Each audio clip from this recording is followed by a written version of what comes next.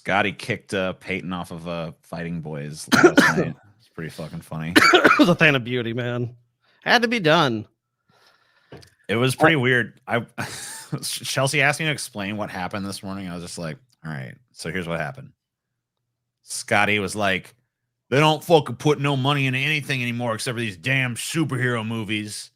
And then Peyton's like, what about Top Gun? This guy's like, you know what, Peyton? Fuck you, bitch. You're gone. Because no, I'm gonna explain to you like why. Because Peyton is like an actually dude, and he's so annoying with it. He's like, okay, here's a perfect example. Let's even say it's subjective. You know, I really like chocolate ice cream, Peyton. What do you feel about it? Well, chocolate ice cream has several deficiencies. The vanilla can just never really, or vanilla will never be as good, or whatever. It's like whatever it is, it's somehow wrong, or it's somehow like not the right opinion. Here's the right opinion for you, and I'm like, oh, fuck off, you little autist. I don't care about you one way or the other. Just get out of my fucking shit. Go on, get. So mean, Scotty. I'm a mean motherfucker sometimes. Because oh my God, you have no room to talk. Just because he was right about something. It wasn't even about being right, dude. You know, Scotty, because you laid down the gauntlet and you told people, I challenge you to find me even one example to the contrary of this thing I say. That's why I say autist shit, dude, because this is like me talking in generalized terms. It has to be explained to these same motherfuckers over and over again. It's like I'm speaking generally. I'm not saying there's absolutely nothing. I get that. I get the way like I'm talking is like it might imply that in your fucking like brain where it's like he means this is a challenge. I have to defend autist everywhere by correcting him. What about Top Gun, sir? And it's like, God damn you! Damn you, you son of a bitch! You're banned! Get the fuck out of here! You're fucking gone! Goodbye!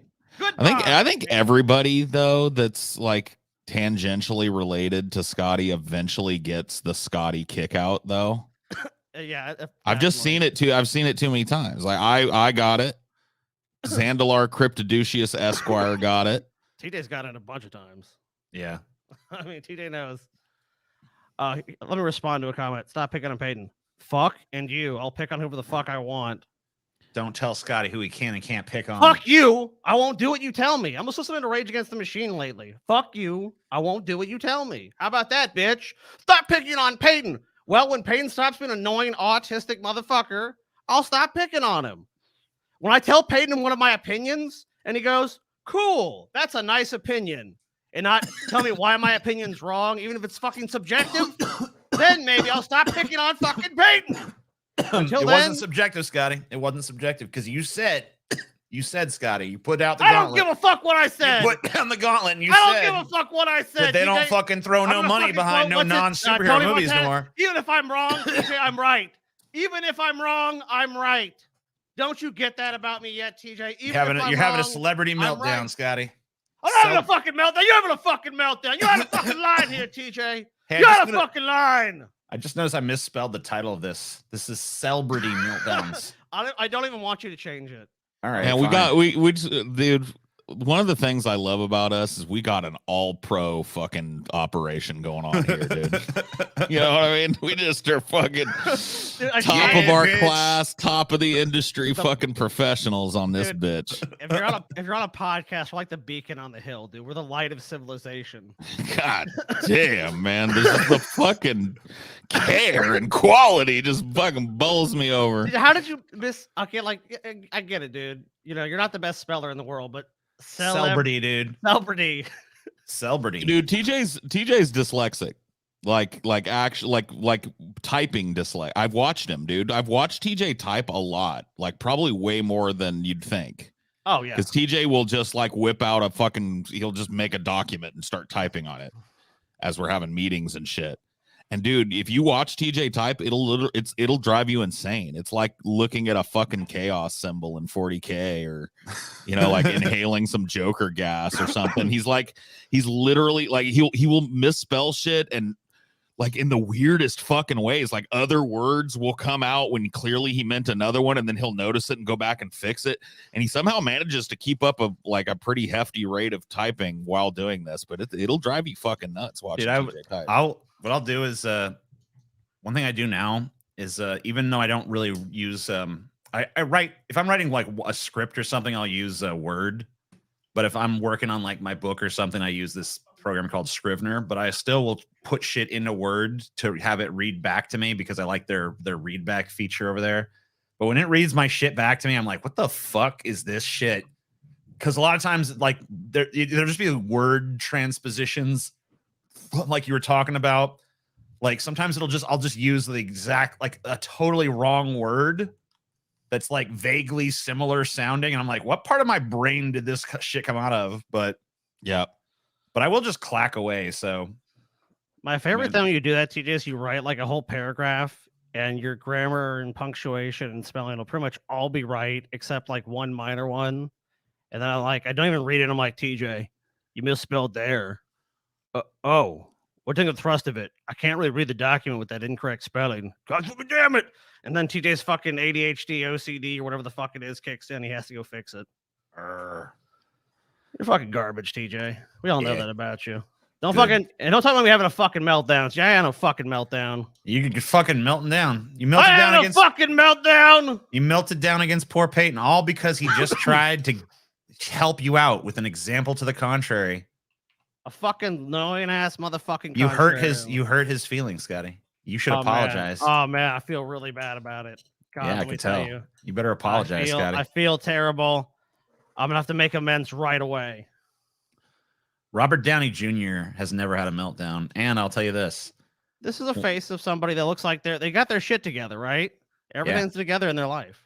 The thing I love about Robert Downey Jr. is the Burger King story, where he like his like signal in life that is, it was spinning out of control. It's like, I'm eating fucking Burger King. What the fuck is wrong with me? I pulled the interview quote from that where he talks. And then, and then in his fucking debut, not his debut movie, but his like comeback movie, Iron Man, they have a scene where he's eating Burger King, and I was wondering if it's like, I don't know, it is like an homage to that moment or something. It is a tie-in from his life to that. Cool. So yeah, there's actually an article I pulled about it at some point. I think McDonald's should publicize that or something. I guess McDonald's doesn't need to throw shade at no fucking Burger King in 2022. Yeah, are you fucking dude? Are you giving me a fucking are you fucking pulling my leg or two? Like, yeah, like they don't need to do anything. It's Burger King. It's the fucking worst goddamn fast food chain out there. Like, I've tried their food recently, unlike you, and I can tell you, when you get they have this deal where they had 4 chicken sandwiches, right? They're like the Italian or whatever bullshit ones, the club. And I got 4 sandwiches from Burger King, dude. I cannot tell you the fucking difference between any of them. I had to really look and study the sandwich to even know what's the difference between these chicken sandwiches. It's slop. It's fucking slop. So I mean, if there's any moment in your life you're gonna realize you've hit rock bottom, that's a place to hit rock bottom, just in my opinion. I mean, any fast food joint is a pretty good place to hit rock bottom, I think. TJ kind of did that at Jack in the Box. You remember that, TJ? Yeah. You hit the edge of your tolerance for humanity. You punched a sourdough Jack, dumped like a gallon of fucking goddamn Sprite, cola all over the fucking floor, and was like, everyone here's trying to fucking kill me. Ah! And then TJ years later just admitted, yeah, I was really pissed, but I just wanted to stop at a hotel and I didn't know how to convince you guys. So I just had a meltdown and wandered off. Yeah, it was the most expedient route to get what I wanted. So, oh yeah, it was. Like, everyone thought you were crazy at that point, which is fine. I mean, it's probably true, which is fine. Dude, what? I don't know, man. That's just a very strange tactic that you just presented matter of factly. You know what I mean? Hey, it worked. You had a screaming meltdown in the middle of a restaurant. All right, well, this is the most expedient way to get what I want. It was, because look, I already made my wishes clear in the car. I try to convince people in a more civil manner. I'm like, I really do not want to keep driving. Let's stop and rest for the night. You're like, fuck that bullshit.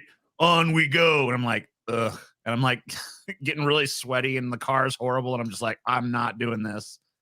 So, I decided to do the little meltdown. And then you know what? They're like, you know what, TJ? Let's just get you to a hotel, buddy. Let's just lay you down. It's like, well, yeah, if a grown man has a meltdown and a Jack in the Box, what is the other solution? No, I want to get back in the car with you. Yeah, let's keep driving. Exactly. So it worked. Even if we had said that, imagine if we even just said that. Fuck it, TJ. You know what? Meltdown or not, we're just getting home tonight. You just would have been like, I'm not going to get back in the car. We're not gonna get back. The only way I'm gonna get in that car is if we go to a hotel. You just would have kept up in the ante, and everyone knew it. Everyone fucking knew at that point, whether you were telling the truth or not, or whatever the fucking that angle of it was, is no one wants to get back in a fucking car with you and drive for 8 more hours after you've done that. That'd be the most awkward car ride of your life. Good. See, I don't know if what we saw of Hunter Biden was his rock bottom. That might have been something like, way up the scale for him. Like, I don't know if the few pictures of him smoking crack with his pants off are his rock bottom. Something tells me probably not. It probably would have been dude, based on his life and the trajectory he's on, where he's smoking crack and shit, it's probably a good day. He got crack. I mean, rock bottom is probably a day where he does not have crack, Yeah, it's like, if, think about it. Crack fucking amps you up. If he has a bunch of crack in his system, is that really going to be his worst day? His worst day is going to be when he fucking realizes he does too much crack. That's going to be his worst day. I have some questions about the TJ meltdown in the restaurant. Okay. So could nobody else drive? TJ wasn't driving. Oh, he was just tired of being a passenger in a car. Yes, let me tell you the route. See, that's a whole different fucking thing now. See, I'm glad I asked. That's ridiculous. Just lay your head on the side of the fucking thing and go to sleep, dude. Okay, so we drove from Covington, Louisiana to Niles, Ohio. It's about 18 hours. Obviously, with stops, it's more than that. So it's a long-ass drive, for sure. I mean, I don't begrudge she did that part of it. I'm like, everyone was sick of being in the car, but it was like, the option was, Paul, it's like, if we just push through, we can be home, and we can be done with this wedding, we can be done with all the traveling. So we'd all been out of town for like 2 weeks at that point. It's like everyone just wanted to get back to their fucking shit. So it was like, we really just wanted to fucking do that. It was like, TJ, please, let's just push. Because I remember this conversation too. It's like, TJ's like, we should just stop. It's how much further? Oh, it's too far. We just need to stop. I don't do no 18-hour drive. I'm stopping. 12 hours in the car is about my limit. What a fucking nightmare, bro. What a nightmare. Yeah, that changes the whole color back of it with his too. new wife. He was just newlywed. All he had to do was sit back there with his wife and just chill. That's all he had to do. That was it. He just had to sleep. Yep. I can't sleep in a car. Well, then just like rest or put on some music or something and just fucking zone out. Fuck that. That car was horrible. It was full. It was jam-packed. I think there was every seat in the car was full. Car was fucking sweaty as fuck. Car stank of fucking human. I had to get out of that fucking car. I was getting fucking. I was gonna, if I didn't do that meltdown at the restaurant, I'd have melted down on the freeway and slammed us into a tree or something. So no, I know. I saved lives that night. No, you wouldn't have done that on the freeway, dude. But you just would have started freaking out in the car and probably just bullshit. Don't tell me what I wouldn't do. I'd kill you. I'd kill us all. I would kill us all. You would kill us all just to get out of the car. Yeah. How much of the meltdown was genuine? I don't know. I mean, the anger was real, but I knew what I was doing. I mean, yeah, you knew what you were doing. I mean, anyone could say that. Like, I knew what I was doing. I mean, if like you fucking. Well, not really, because there's definitely like you can go to a point like I knew I was intentionally being an irrational fucking crazy person. That's so what that I'm I could saying. fucking get out of it. Okay, yeah. But the anger I was using was like the genuine anger from being stuck in the car and from just like all of like the stress of like, just the wedding and being around fucking that many people for that long and having no fucking time to myself. I told you to fucking fly, dude. I was like, let's fly up there. And it's like, no, we shouldn't fly. It'd be too expensive or something. It's like, God damn it, TJ. You should have fucking listened to me. Should have just flown myself and made y'all drive is what I should have done. Fuck that, bitch. I would have been like, have a nice wedding. Fuck that. Yeah, you drive. You drive 17 fucking hours. That's fine. You fucking drive, bitch. That's I what I should have did. done. That's the fucking point, TJ, is your lazy ass. All you do. Look at this. Your car was cramped. Your car was cramped. A car with TJ in it stank. I wonder why. Dude, I was not the only dude. I was not the only one stinking up that fucking Galen car, and right? Stevie was in that car at his fucking like fattest. Galen was up in that car. I mean, everybody. I mean, when you're in a fucking car, and I feel like the air conditioning in that car was like inadequate or whatever the fuck, because I feel like that car was hot as fucking hell. It was, dude. It was horrible. So fuck that shit. I don't fucking apologize for nothing I did. I stand by my actions 100%. Man, I'm so fucking shocked, TJ. I mean, the fact that you did it lets me know that you would never apologize for it. Like you already considered the wrongness of what you did in planning on having a fake meltdown to get yourself a hotel room for the night. Yeah, it worked though. Did it not work? It worked. So yeah, TJ, I grant you that it did work. Tactical worked. tantrum, yeah. the ends justified the means. I don't know. That's just If you that's think so, just TJ. fucked. That's just fucked, dude. That is just fucked up. No, it's not. It's fine. So We you love it. guys here, Robert Downey Jr. This motherfucker in the 80s was a huge ass fucking star. Like he was like His ass actually wasn't that big, Scotty. his ass was pretty big, dude. You ever seen No, it? not really. It's thick. Okay, well, yeah, all right, fair enough. I mean, I hate to patent you on this, but have you measured his ass, TJ? I mean, I can't. I'm not at liberty to divulge is it what I may or not- may not have done with his Is it ass. not huh? subjective? Is it not subjective? I suppose it is subjective. Yes, that's Okay, true. well, To a degree, that is a subjective thing. I mean, yeah, because there's no standard. You don't look like what's a big ass, like, oh, it has to be this fat in diameter or something. Like, you know, if someone wants to come up with that and we can debate it or something, then sure. I agree with that. But of course, you know, your career starts out strong, but then of course Hollywood, you know, it kind of chews you up and spits you out for a lot of people. You know, it's a rough town, especially when you have everything you want at your fingertips. Ooh, I'm rich. That sounds rough. Oh, it is rough. What a TJ. nightmare, man. It is rough. Just let's. Oh, well, why is it so many people that get famous end up fucking becoming unfamous or pissing their careers away? Because they over it. Here's the thing. Here's what happens. They over when any vice can be fucking. They overindulge, or you know what really happens more than the overindulgence thing is probably just like their ego gets so fucking blown up that they just like. It's pretty much impossible not to become a total fucking 100% asshole when you're fucking getting that puffed up all the time. So I think that happens to a lot of these motherfuckers too. Drugs are a lot of times like a coping mechanism too. It's like you're overworked, you're overstressed. Because I mean, a lot of these people are like very full lives, very, very busy. You're always doing something. You always have something going I wish on. I could remember the name of the fucking movie, but there's a lot of movies that are just on YouTube because no one gives a shit. I'm talking like pretty like big budget movies, like, you know, from the 80s and 90s and shit. You know, just movies that no one really revisits, and so they're just for free on YouTube because that's the only way anyone's gonna actually watch the fucking things. Yeah, I feel you. And so I watched one that just happened to have Robert Downey Jr. in it. I don't remember what the fuck he was even doing in the movie, but I remember he looked stupid as hell. That's all I can tell you about it. Hey, let me see him. He looks stupid as hell. Robert Downey Jr. had some weird roles for sure. He was wearing this like big jacket that like he was in that movie Soap Dish. And yeah, he had maybe it was that movie that you saw because he had big shoulder pads or whatever in it. Yeah. The shoulder pad look. I don't get that, but you know.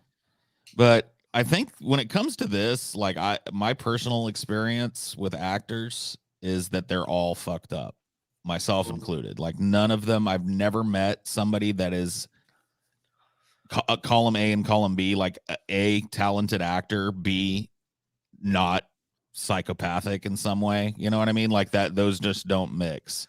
So like, I think people that seek out that type of work have like a void in them a little bit that needs filling one way or the other, and the audience and the reaction, I think, kind of feeds that. They got ego problems just to start. But yeah, no, like I think everybody's fucked up that works in his industry. I just think that, you know, some of them fuck up and get arrested, like to the point where they get arrested for it. But I don't think he's any less fucked up than any other fucking star that he started. Oh, no, definitely not. I mean, a lot of times can you just keep that shit under wraps, really is what it is. And some people have more self-control, or they just do it out of public eye enough where they can just get away with being addicted to every fucking drug known to man. You know, I mean, like we know fucking anyone with any money is doing a bunch of drugs. Like that's almost just a fucking rule. It's like, oh, these people are super rich. Like they're probably on a ton of fucking shit. Wasn't he like fucked like a prostitute or something at some point? I'm sure I don't know if I pulled that part of it, but I mean, like he got like tabloid fucking gang fucked by like because he got caught with a prostitute, which I don't even. Yeah, I think that's one of the times he got arrested was he was like caught in a prostitution sting or some shit. Oh, he was tabloid fodder for years, dude. Like especially in so from 1996 through 2001. He was arrested numerous times on charges related, you know, to drugs, including cocaine, heroin, and of course marijuana. I guess this is before they obviously legalized weed in California. He went through drug treatment programs unsuccessfully, explaining in 1999 to a judge, "It's like I have a shotgun in my mouth and I've got my finger on the trigger, and I like the taste of gunmetal." So I think you're right, Paul. That's a lot of baggage right there, because it's not like your normal person doesn't just tell you that.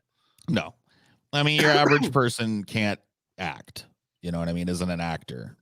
So being able to draw on whatever it takes to be a decent actor, I think belies a fucking horror, like a pretty spotty childhood and a lot of baggage. Oh God, dude, he had definitely a topic with maybe a different episode. He had a horrible childhood, dude, to a person. And maybe it's just confirmation bias for me, but I spent a lot, my high school years and my early, what you would call college years, even though I wasn't in college throughout all of it, in acting, doing just like with other actors doing stage shit. Yeah. And I swear to God, dude, every last one of them was a sad case. You know what I mean? And myself included. Like, I was a sad case, and I was hanging out with a bunch of sad cases.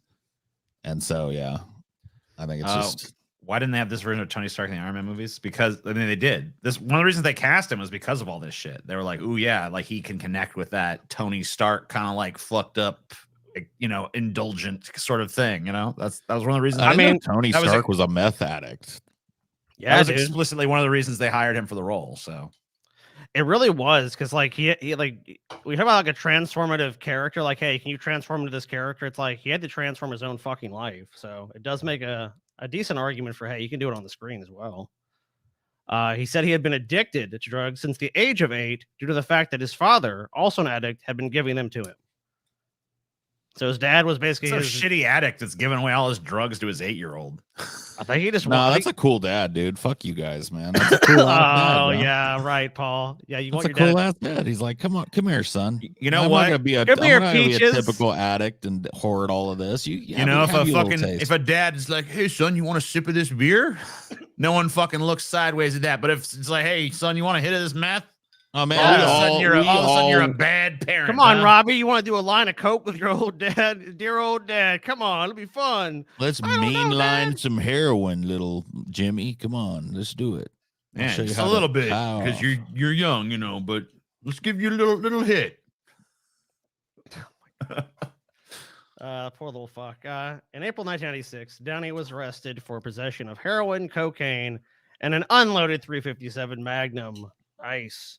While he was speeding down Sunset Boulevard. Of course. I mean, like, if you're going to get busted on a street, you want to get busted with fucking drugs. I would think celebrities would just stop going to Sunset Boulevard, because it seems like a lot of them get fucking arrested there. You know what I mean? There's a celebrity trap there. You need to go around Sunset, Yeah, don't fucking do it, man. They're like, Sunset's like the seediest fucking street, right? It at least has a reputation for being one. River Phoenix died on Sunset. He did. What was it? The Viper Room or something? Yep. I've been to that place. I know Johnny Depp's club. I was there where he died or whatever. People like, yeah, that's where River Phoenix died. Dude, the Viper Room. I've actually been in the Viper Room. I went and drank at the Viper Room. It's a dirty, disgusting, BO smelling shithole of a bar. It sounds like most places in West Hollywood or Hollywood, California, to be honest with you. Yeah, it's a seedy ass place. It is.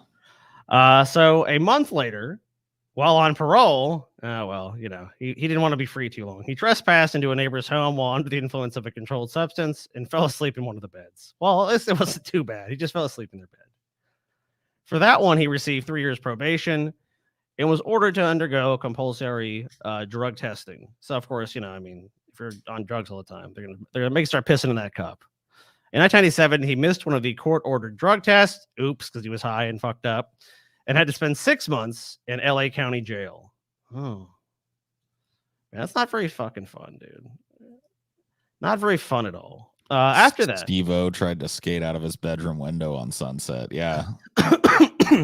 Yeah, he like sat and did like fucking 9,000 bottles of nitrous in his Hollywood apartment right there on Sunset. Yeah. I mean, it's just a bad place. Just stay away from that and you're fine. Stay away from Sunset. Maybe it's not drugs, it's Sunset. That's the Just stay problem. away from Sunset Boulevard. Then you'll be okay.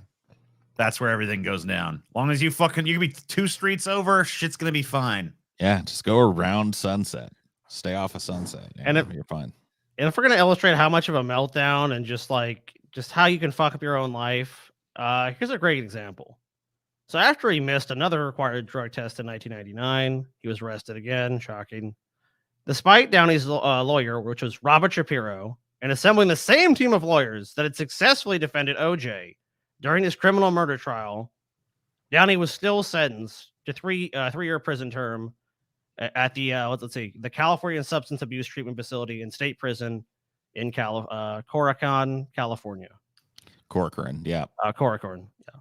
So that's fucking insane, dude. Like, he had the same team that helped OJ walk. Couldn't get him off. He was that fucked I mean, like at a certain fucking point, like OJ, like, look, they masterfully rode the line of plausible deniability to get OJ out of that shit. And it was a really high profile case, but he'd been through so many of these already that people just kind of knew, like, yeah, Robert Downey's fucked up. He's a junkie. He had a history of this shit. Like, if OJ had like 4 or 5 murders on his rap already, I don't think they would have been, Yeah. You know what I mean? They probably couldn't have got him off. Yeah, but he was he was so squeaky clean before that, you know? Well, he wasn't. Like, he personally wasn't. He was a mean, abusive drunk. Well, yeah, but his reputation his public publicly, image, was very different. yeah. Oh, his yeah. public image was just like he was a big, smiley, funny black guy. And there's that famous thing with James Cameron saying, oh yeah, we wanted to cast O.J. Simpson the Terminator, but I just didn't buy him as a killer, you know. It's like, you know, so that's a bad read. Exactly. But it just shows you how fucking the public image of OJ was so different at the time, you know? Oh, completely different. I mean, yeah, like, he was like this totally family friendly guy. Like, he was viewed super positively by most Americans. Whereas Robert Downey Jr., people, by the time he got sentenced, oh, he's in the tabloids. People knew he was like, oh yeah, that's that tabloid junkie actor that fucking pissed away his career. So at the time of his arrest, He'll never be in the highest grossing movie of all time. No, definitely not, dude. And that's a pleasant thing about his story too, is that, like, so many stories on these shows, it's like, and then they died, or then they fell into obscurity, and now nothing good has ever happened to them again. Yeah. At the time of his arrest, all of Downey's film projects had wrapped and were close to release. He had been hired to provide the voice of the devil on the NBC animated television series God, the Devil, and Bob, but he was fired when he failed to attend rehearsals. Wonder what he was doing. It's too bad, because that obviously went on to be a huge hit. Yeah, it was. Sadly, he missed out on that. But it's okay, TJ. A lot of opportunities for him.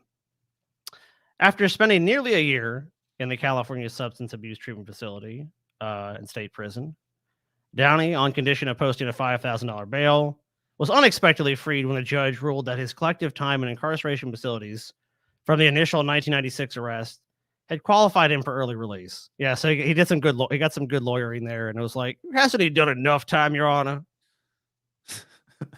I mean, the fact that you know how bad you have to fuck up as a Hollywood actor to get a year for drugs. I mean, come on, like, you know. Yeah, I mean, you got to go pretty fucking far. I mean, you just got to be like recidivistic, because you're going to get out of it 1, 2, 3 times, but after that, you're going to get out of it so many times just because, you know, your lawyers and stuff. So, like, the fact that he even did close to a year is pretty. Oh, dude, crazy. This guy got caught so many fucking times, and it was just like they just let him go. A bunch of times, you just got let go from this shit. That's why he got away with it for so long. It's like, hey, I'm a famous dude and I'm rich, and there are cops just like, ah, whatever. I mean, there's only case stuff like that. It's like, oh, whatever, just let him go, you know, or like take him to jail for a night, let him sleep it off. No one fucking really records anything about it. He just gets to go, and that's it. Once word gets around the station that you're like a repeat offender and that they've, you know, you've been already pulled over and allowed to drive home 3 or 4 times with crack or whatever the fuck, you're done. They're going to pop you for it. And at that point, you're Mr. not. Downey Jr., I'm afraid we've let it slide too many times. You got to go. You got to have. I mean, you know, that's true. That, you know, it's a social transaction. Like, how long do you let somebody in your life slight you before you finally just like blow up at them or say some shit or fucking impose some rules on the situation or whatever Like the fuck Scotty needs did done. with poor Peyton. Hey, I mean, shit happens, dude. You know what, TJ? Yeah. Scotty and I are always in league trying to get you to do things. Like TJ has to give us half his money. TJ has to do this. The Sufferings of TJ Kirk should be our new show, It should be. etc. But this time, why don't we team up and let's make it a business matter that Scotty has to apologize to Peyton. Yeah. Yeah, Sky has to issue a public apology to poor Peyton.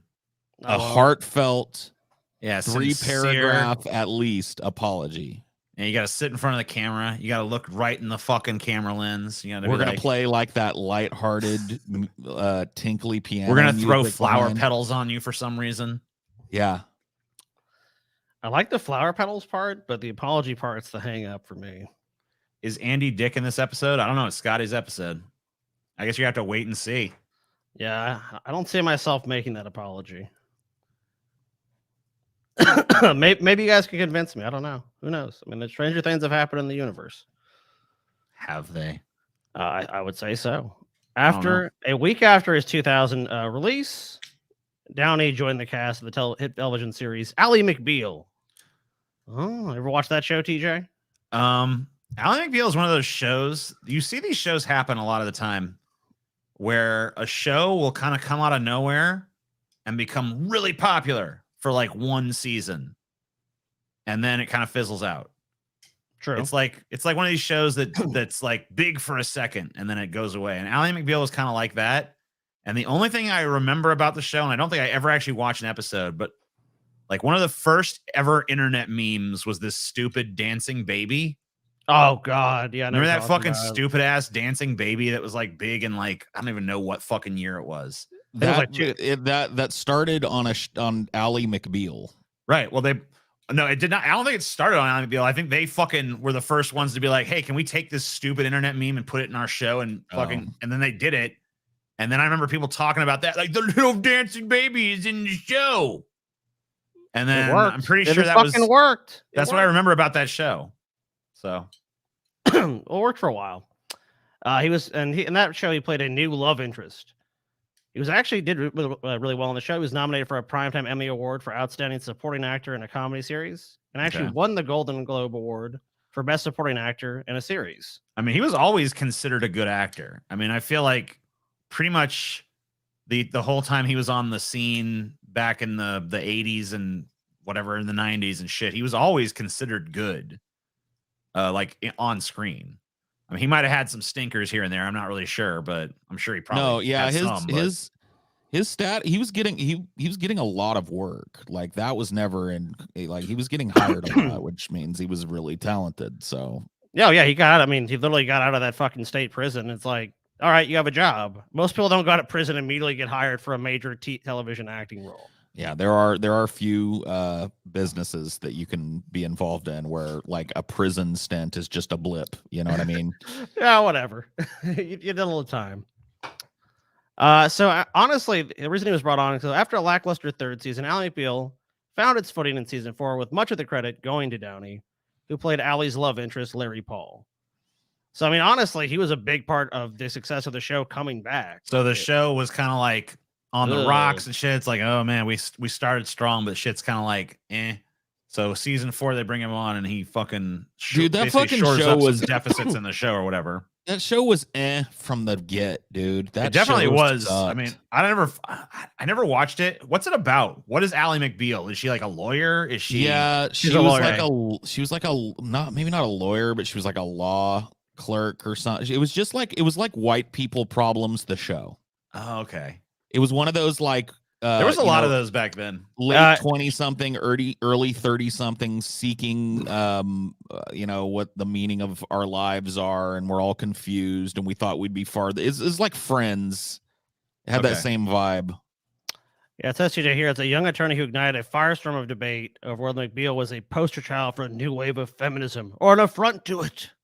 Oh, okay.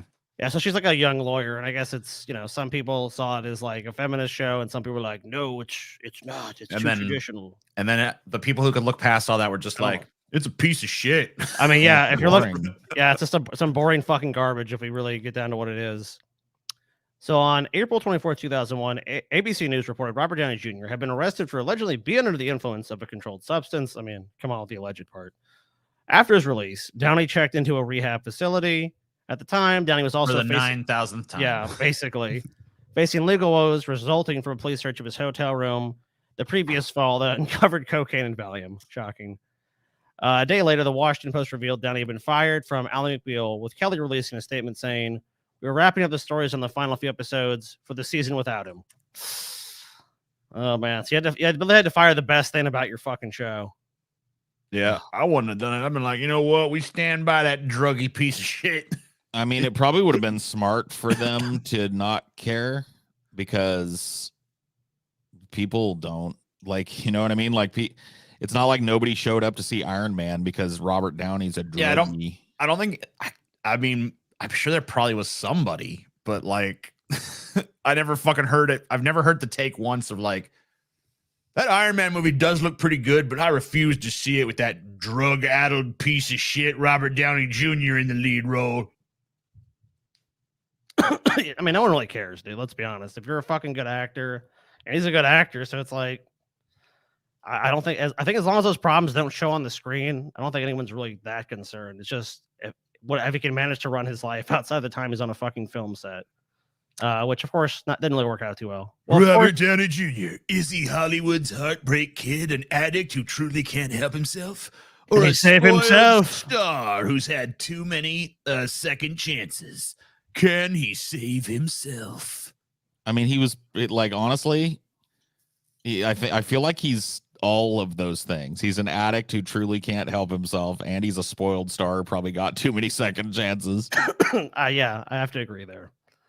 In April 2001, while Downey was on parole, an LAPD officer found him wandering barefooted in Culver City. He was arrested for suspicion of being under the influence of drugs, but was released a few hours later, even though tests showed he had cocaine in his system. All right. I gotta tell you, man, like that, if you are found wandering somewhere, that's a whole nother level of doing drugs, dude, that I've never achieved. Like, yeah. I've been drunk at bars and shit at a point where I was kind of wandering around the bar, but like if you're found wandering the streets semi-nude, yeah, that's true. Like, oh, that is like a whole level of drug use that I have never achieved, not even one time, you know. And I gotta tip my hat to it. That's commitment. You got to be real fucking hard up to need that drugs that bad. You ain't kidding, man. Let's do some drugs and then like I'm gonna wander away. Dude, that's like we're doing uppers. That's why that happened, because people get so amped up they want to do something. Like they feel like they have, like something has to happen. I mean, and cocaine obviously being his drug of choice. I think all the Valium did was like, when he needs to bring it down a notch, he takes a Valium. Okay, oh shit, I'm too wound up. Maybe my heart's beating too fast. Pop a Valium, now I'm good again. While still high on coke, of course. And of course, we discussed this. This happened. Ally McBeal executives ordered last-minute rewrites and reshoots and fired Downey, despite the fact that Downey's character had resuscitated Ally McBeal ratings. So, like, this guy basically saved their fucking show. It also cost him a role in a high-profile film, America's Sweethearts, and the subsequent incarceration prompted Mel Gibson to cancel his Hamlet production. So it was actually going to be in a Hamlet production with produced by Mel Gibson. Yeah, because Mel Gibson hates, you know, controversy and stuff, you know. Hey, I mean, well, you know, you got to be there, but you know, at the same time, it's Mel Gibson. You know, see, dude, like, how stupid was Ally McBeal for cutting him for this? Because I really, honestly, like, look at how he's even portrayed in this People Weekly, which was basically like a glorified tabloid. Yes. Like people wasn't looked at as a tabloid, but it's a tabloid. You know what I mean? It's just a celebrity gossip from cover to cover. And like he's portrayed humanely in that, because people liked him despite all of his crazy fucking drug abuse and his repeated fucking arrests and shit. Like, it's just stupid. Ally McBeal should have done one of those. You guys remember back in the 90s when they used to do like a very special episode where they would like talk about it at the beginning, they'd be like, this episode of Family Matters has a theme that, you know, maybe a little bit, you know, whatever. They'd give you like the little disclaimer, like, we're going to talk about something that affects a lot of people at home, and I'd really like you to watch this with your parents or whatever the fuck. They should have just done that on Ally McBeal and given his character, like, made his character have like a crack fueled meltdown. Oh, that would be fucking fun, you know. And then she'd be like, should I abandon him, or, you know, whatever. And you can, you know, yeah, you can almost like take the headlines and like use it for the show and shit. Or they could do what Lorne Michaels did with Andy Kaufman and just like let the audience call in to vote whether or not should we get rid of Robert Downey Jr.'s character, like put him in like a death situation. Yeah. You know, like have him like teetering, like he gets in a car accident. The season finale can be like this big car crash, you know? Yeah, he gets really loaded and he gets into a car and like he gets like, oh my god, you see him like an 18-wheeler or something like, brr, and then it's like end of the season. Oh, should shit. we kill off his character or not? America decides, you know? That would have been awesome, dude. That would have been great. But no, they're too stupid, too short-sighted. Oh boy. Well, in July 2001, Downey pleaded. Oh, I thought it was muted. Sorry. Downey pleaded no contest to the Palm Springs charges. I guess he was arrested in Palm Springs. We didn't even cover that. Avoiding jail time. He was sentenced to a drug rehabilitation. Oh my god, this guy! How many times was this guy? They must know him by name there. I mean, like really, like he must have been a first name basis for most of these fucking facilities, and received 3 years of probation time instead. Oh, you're lucky. You're a lucky motherfucker. And he did this basically benefiting from a California proposition, which is called Prop 36, which had been passed the year before with the aim to helping nonviolent drug offenders overcome their addictions instead of sending them to jail. So it's a law that's like, hey, you're a fuck up, but you know what? We're going to give you another chance. You don't need to end up in prison. Because I mean, yeah, let's be honest. Most of the time, they just need to be in like something for they need treatment for their mental health, and they're just. I mean, in all these stories that we've told, he hasn't victimized anybody but himself. Yeah, he needs to be like the medical system. He doesn't need to really be in a. Yeah, he's not like that one. That's fucking Flash star that was over in Hawaii, like. Oh, Ezra Miller, are you talking about? Starting fucking fights with everybody and punching people. Like, we haven't heard one story where it's like Robert Downey Jr. did some harm to somebody, like other than himself. He just wanted to get fucked up, dude. Like, he just like. Well, also, I mean, he'd been addicted to some form of drugs for most of his life. If he started doing drugs at 8 years old, I mean, come on, that's his normal. His normal is being fucked up, you know. So it's kind of hard to fucking fault him for that. I gotta call you, even though you're a patron, Mr. Garrison, quote unquote. I gotta call you on the carpet for this, dude.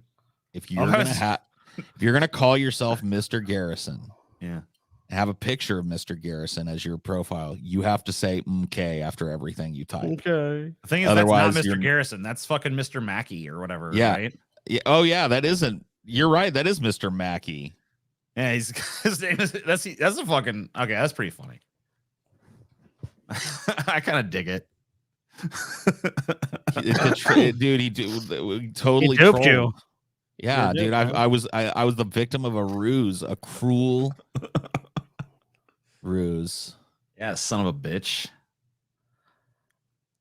So another thing that just cost him, the book Conversations with Woody Allen, another figure of controversy, reports the director Woody Allen wanted to cast Downey and Winona Ryder in his film Melinda and Melinda in 2003. All right, Robert Downey Jr., you dodged a blow with that one. Let's just be honest. Dude, wait a minute. So Mel Gibson drops his ass. Then he's embroiled in scandal. Woody Allen drops his ass. Then he's embroiled in scandal. Ally McBeal drops his ass, and that shit's canceled pretty fucking quick after that. I think it actually ran for a while. I think it actually did run for a while. No, Scotty, it didn't. So basically, everyone who fucking backstabbed Robert Downey Jr. was immediately punished by the fates. Yep. And dude, nobody on like that Ally McBeal chick who was a huge star when that show was big. I can't remember what her name was because she never did anything ever again. And she was probably the one that support. You know what? I bet that bitch was probably jealous and was looking for an opportunity to get him off the show. Like, it's supposed to be my show. I'm Ally McBeal. I'm the title character. Who's this new piece of shit coming out stealing all my thunder? Everybody loves him now. He's a druggie. Get him off my show. Get him off my show. and bam, punished by the universe. Don't fuck with Robert Downey Jr. The universe doesn't like that shit. Well, there wasn't the He's reason. the golden that boy. wasn't He the is reason. the chosen of God, Scotty. You got to listen to Woody Allen's reason, TJ. Okay, All right, listen fair to enough. his reason. Fair enough. But was unable to do so, not because he had some personal fucking beef with him, not because he had a problem with him, but because he couldn't get insurance on him. Stating we couldn't get bonded. The completion bonding companies would not bond pictures unless we could insure them. We were heartbroken because I worked with Winona before on some other project and thought she was perfect for this and wanted to work with her again. And I always wanted to work with Bob Downey and always thought he was a huge talent. Bob Downey. So I mean, like, he actually did want to work with him, but yeah, obviously he was such a risk to these companies. These bonding companies are like, A bunch of pussies. He wants to insure Robert Downey Jr. No, we're not going to roll the dice, insurance companies. What are you so risk averse for? Come on, take a fucking chance. Take a chance on him. Why Burger King changed Robert Downey's life forever. Yeah, forever, TJ. I mean, it's a beautiful story. I mean, it really This is how he got sober. This is how he got sober. I love it. This story is the only reason I hope he never goes back to drugs, because I want Burger King to canonically be the reason that Robert Downey Jr. put drugs in his rearview mirror forever. Just because he realized, like, why am I eating this? I've fallen too far. I have to save myself. In 2003, Robert Downey Jr. found himself driving to a Burger King. God, what possessed him to do that? Drugs, dude. Yeah, fair enough. Drugs. Going to Burger King isn't normal, but on meth it is. His car, as London Net quotes from a now lost interview with Empire, was filled with a ton of fucking dope. A lot of dope. As ABC reported in 2000, Downey had already survived years of volatile drug use, going to jail in 1999, and getting arrested in November 2000, 4 months after his release. Well, I mean, he works fast. The actor's publicist noted that he worked hard to maintain some level of sobriety, albeit a relapsed one. It's unreasonable to think that a prison sentence would do nothing but harm that precarious state. A visit to Burger King, however, as Downey continued in his explanation Empire, proved different. I have to thank Burger King. It was such a disgusting burger I ordered. I had that in this big soda, and I thought something really bad was going to happen. Oh, man. That's bad, dude. Like, so, like, he literally just had a bite of that disgusting ass Whopper, which is probably what he got. I mean, like, he basically said that he took a bite of that burger and he's like, this is a portent of evil. And he decided, like, I need to change my ways. I mean, wouldn't you? Yeah. Oh, I mean, that burger accomplished in one bite what took the three ghosts fucking an entire night to convince Screwjob, dude. Like, they changed this man's soul. That burger was fucking so bad, it, like, literally changed the course of history. Dude, putrid. Like, I know exactly what kind of burger he got, too, because I've gotten one of these from fucking Burger King, where usually it's pretty inedible, but it comes to you and it's actually... I think I've told you guys about this before, but I ordered Burger King one time. The top bun of my Whopper was hard as a fucking rock. Yeah. And the bottom bun was so soggy that it fell apart when I picked up the fucking burger. And I was like, you know what? Fuck this. I'm not eating that. How do you even do that, man? That's like a special level of shit.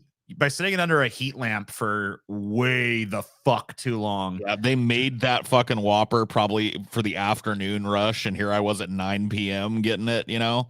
Yeah. Oh, no. God. It's dude. I think that happened to you in Louisiana, didn't it? Yep. Yeah, I know that Burger King you're talking about. That place was like notoriously just like one of the worst fucking fast food places in the area. Actually, like, inedible garbage. Whoa! Sorry, I actually like Burger King. How the fuck do you like Burger King? Did your taste buds not work? I mean, like, or maybe you're like, dude, I've literally done this before. I was curious. I went on Google Maps and I typed in Burger King and I went across the country, TJ. I'm talking about, like, spent way too much time. Like, I'm going to go up the Eastern Seaboard here. And I tried to find one fucking Burger King with positive ratings, like truly like a 7 out of 10 or something, or even like a 5 or a 6. And it's almost fucking impossible. Best rated Burger King. See if you can find it. America.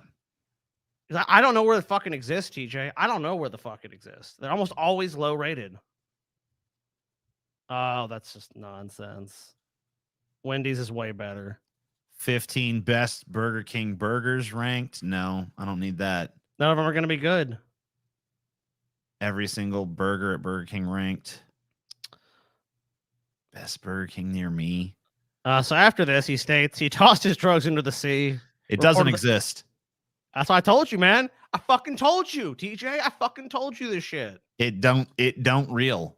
Pricey? No, it's not. Wrong. Wendy's has What's way better pricey? deal. I said go to Wendy's before go to Burger King, and he's like, Wendy's is pricey. Never had Wendy's. Wait, what? What? Oh, How you never had Wendy's, bro?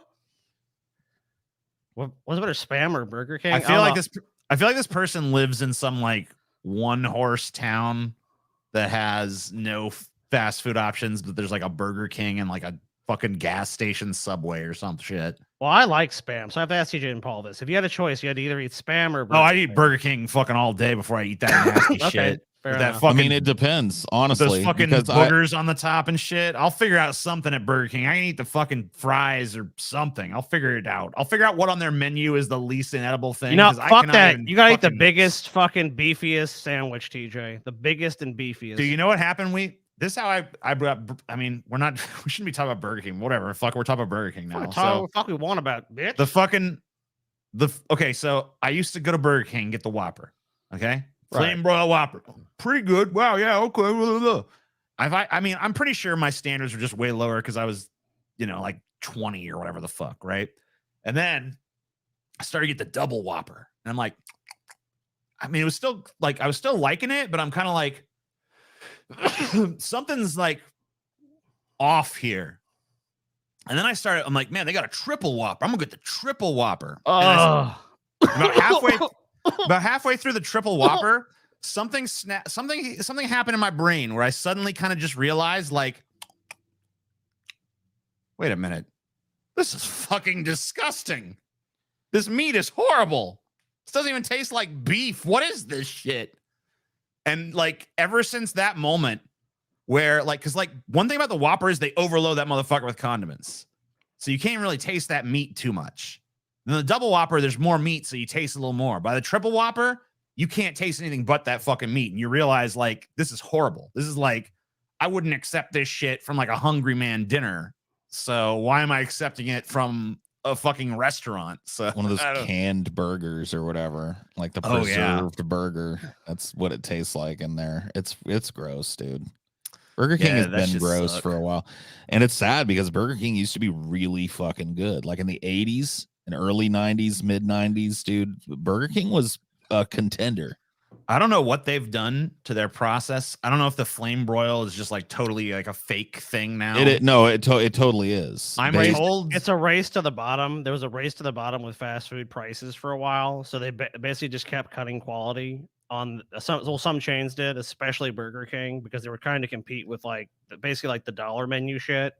And McDonald's and I mean, long since then those chains have abandoned all that shit, but like they basically cut the quality down so much, and now they've raised the price significantly, but the quality is not even what it used to be. So like fast food to so many people is not even a fucking like decent proposition at this point. Unless you're talking about like there's like certain value items they have, but like when we were growing up, it was like the dollar menu, and people talked about like I remember like McDonald's had this promotion was like every like Tuesday or something they had like 10-cent cheeseburger or it was 10-cent hamburgers, 25 cents for like cheeseburgers. Can you even imagine that today? It's like a McDouble or a sandwich now is like $2. Yeah, Yep. It's fucking crazy now. I mean, it really fucking is. So, I mean, well, whatever. Back in bad day, hamburger. That's what I'm saying. All you had to do was wink at the cashier. I'm not even that fucking old. As many burgers as you wanted. I'm not even a grandpappy. Dude, we're already doing that shit. Well, because it's fucked up now. TJ fucking sucks, dude. Everything's too damn expensive. Back in my day, if you had a nickel in your pocket, you could walk around like a king for a week. You could, man. You fucking could. Back in my day, for half a halfpenny, you could afford rent on a mansion and feed your family for 2 months. Ugh. No, that's too disgusting. But seriously, no, things were better. I mean, like the dollar doesn't go nearly as far. Your wages are stagnant, and you know what the fuck's going on. You know you're being fucked, right? I mean, we are old men for sitting there fucking saying this shit, but just so you know, that doesn't mean you're not being fucked over. You are. Yeah, no. Dude, my slop was better quality than the slop you get now. I'm just saying. The funny thing about the old men whining about shit is that typically they're pretty much just that. Like it turns out they were right about most of the shit. Maybe not all of it, but most of the shit the old men bitch are about, is you're actually getting you're getting fucked. Yeah. This is Inflation Robert or Downey Jr. no? Walking out when I saw his past. Couldn't handle it. Couldn't handle the heat, huh? Can't stand the heat, huh? Well, the funny thing is, and I appreciate your point of view, things that you said 5-7 years ago or things you said in an interview that made sense to you at the time, I could pick that apart for 2 hours and be no closer to the truth than I'd be giving you some half-assed answer right now. I couldn't even really tell you what a liberal is. So therein lies the answer to your question. The statement sort of stands by itself, doesn't it? I mean, does that mean you're not a liberal, or that you came out of prison not being liberal? So this guy's like peppered the interview with like, you were in jail, you fucked up a bunch in your life. So obviously it's like I think he's kind of fishing for some sort of reaction. Yeah, this looks like a torture session, man. Poor fucking Downey. He probably showed up thinking he was just gonna do a big puff piece or something, and this dude's like, what about the time you were addicted to drugs and shit? When I was talking to the person who was doing the interview that day, and that just happened to be my opinion. That's the nice thing, is you can have opinions and they kind of change and flow. Yeah, well, that's life and that's growing older, I suppose, isn't it? Yeah. I mean, you say we're promoting an interview. I mean, promoting the movie. I mean, obviously you're doing a promotional round of interviews, and yeah, I'm about to drop some shit that's nothing to do with why I'm supposed to be here. I mean, he already has with that last question. So, but this is really if this is just like a press junket or something where he's showing up to pimp his movie and you're fucking giving him this, like he has two choices, and I don't think either one of them make him look particularly good. Like he either can try and answer to the best of his ability, but maintain complete neutrality, which is what he's trying to do here. Or you can have like a quote unquote meltdown and storm off the set. And then that's the news, is that you stormed off the set. You know what I mean? Oh, I think you should just say the word meltdown and walk away. Just like meltdown. Meltdown now. I am now having a meltdown and exiting this interview. Farewell. Goodbye. Fuck you. Goodbye. But we also would like to talk a little bit about you, and I don't know how comfortable you are, talking about yourself at the moment. You have as much time as anyone else will. Yeah. Well, okay. Well, yeah. I mean, basically, that's one of those things where they give everyone like 10 minutes, and they have a bunch of people come in. Yeah. He probably spends all day, because it's like all the local affiliates and all the little fucking shows that are all competing with each other. They all get like X amount of time to ask him questions about the movie. And this dude's trying to like, oh, you know what? I'm going to make something out of this. And, I remember Iron Man or whatever the fuck, but I don't remember whatever revelation this produced, so you failed at that. Then let me just ask you a few more questions, and you can answer them if you want to, and not if you don't want to. I mean, just get to the fucking point, bro. That's how questions work in general. Dude, it's been forever since I've heard an interviewer him and haw more than this fucking guy. So listen, Scotty, what I'm going to do to you is I'm about to ask you a question. And when I ask you the question, you can either answer the question, or you can not answer the question, or, you can just sit there with a blank look on your face. It doesn't matter what you do, but I'm going to ask you some questions now in this interview, if that's okay. Like, okay, yeah. I mean, like, right. Yeah, that's what I'm here for. Ask away. All right, well, okay. So I'm going to ask you some questions now. You can react however you want to react, and answer them or not. Just like, fuck, man, just get to it, bro. I think your time is up, bro. Yeah, your time just expired. Gotta go. Yeah, sorry, pressing concerns. Well, I think we've got 3 more minutes on our agreement. Your foot's starting to jump a little bit. You better get to your next question.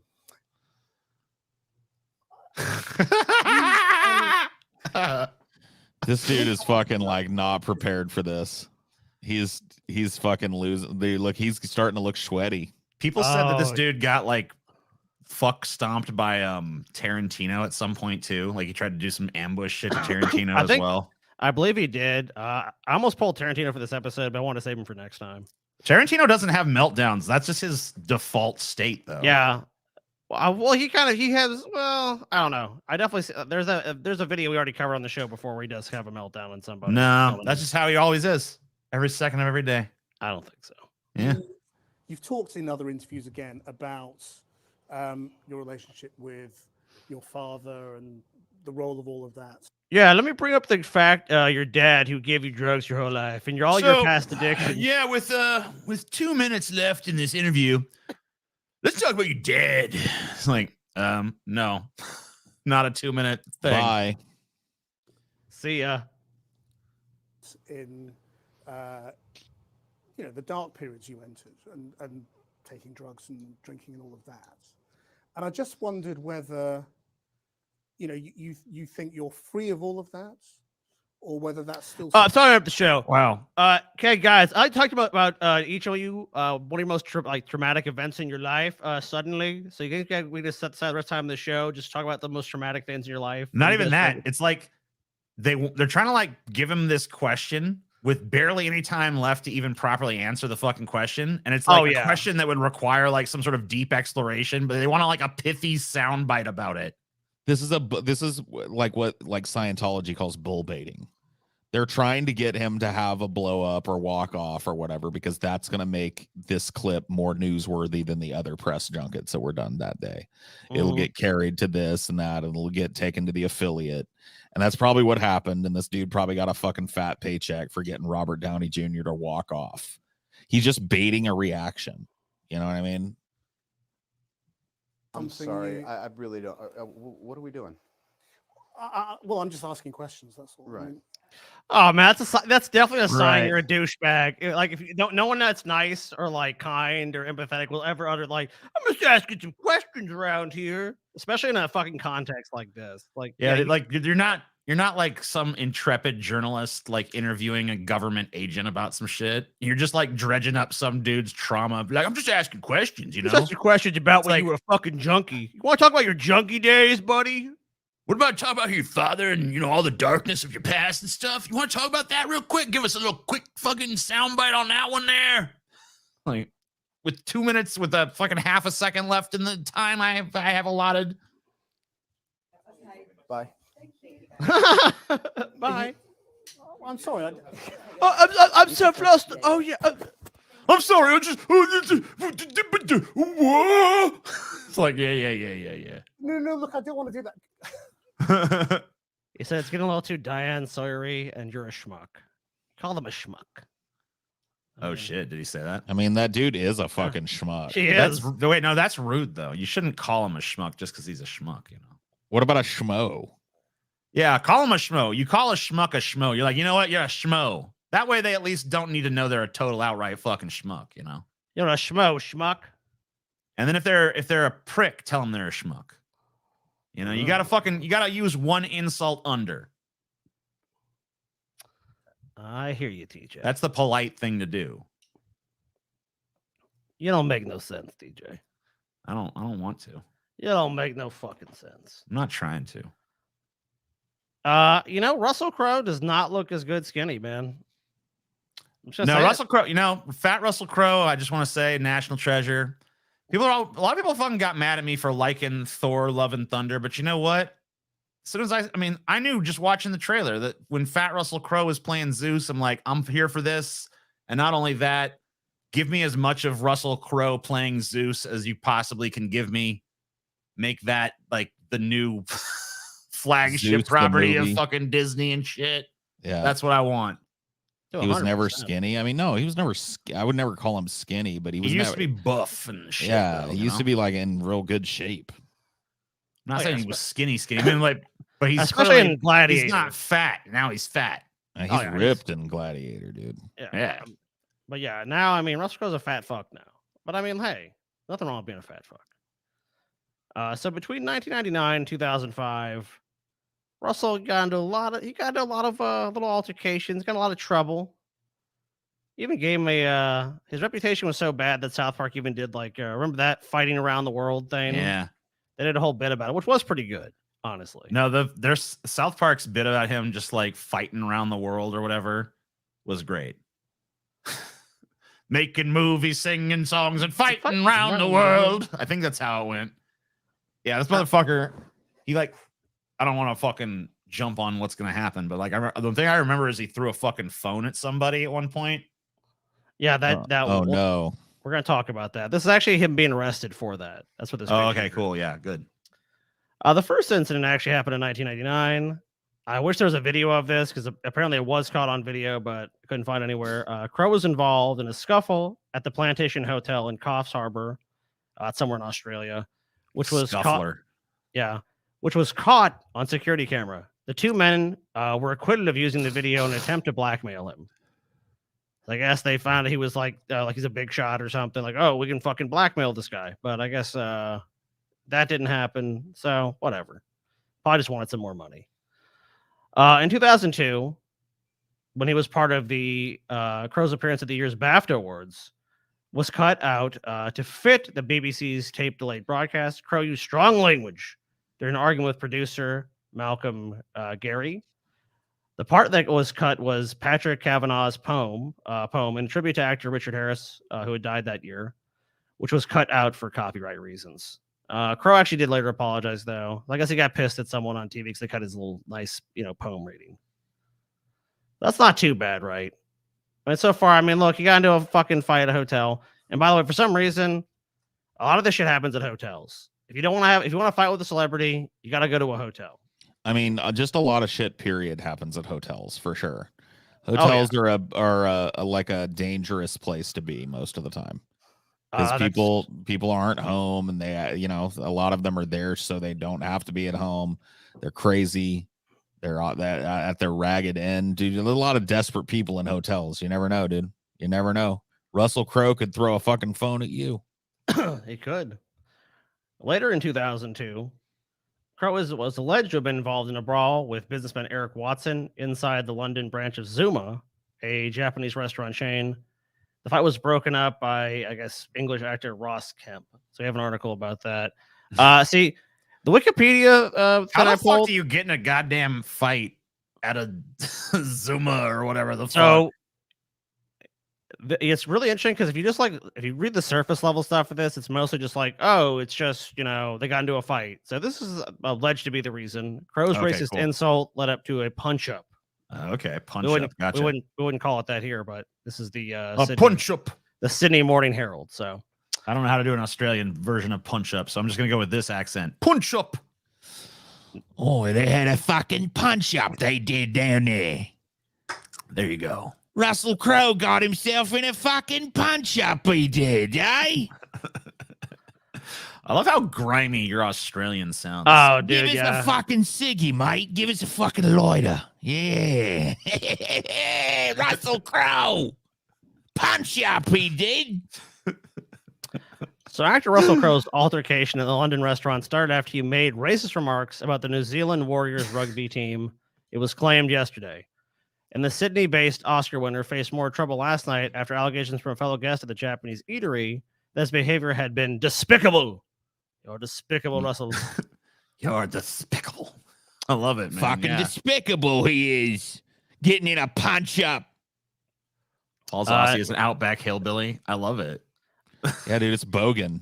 I speak Bogan. He speaks Bogan fluently. This happened in London, though. So George Calder, 21, claimed the star had been acting like a total utter pig. A pig! Moments before violence erupted at the trendy Zuma Japanese restaurant last week. Crowe, an ardent supporter of South Sydney Rugby League, described the Warriors as a bunch of coconuts or darkies. See, I didn't get that at first. I'm like, what does that mean? Then I'm like, oh, okay, I see now. Now I understand, according to the New Zealand Herald. It was about skin tone. He was calling them coconuts or darkies, an insider told the Auckland-based newspaper. Oh, shit. So I guess he called them a bunch of coconuts, which... So that's how you get into a fight, I guess. You just go and... just make fucking bold ass racial declarations on the Zuma. It's funny because if we were Americans, we heard that, most of us would probably just be like, what does that even fucking mean? Like, I wouldn't even get it. Like, unless this article explained it to me, I would have been like, what? You bunch of fucking coconuts. Get out of my way. Oh, shit. Is that Watch Russell out. Crowe? Watch He just out in call us Australia. coconuts.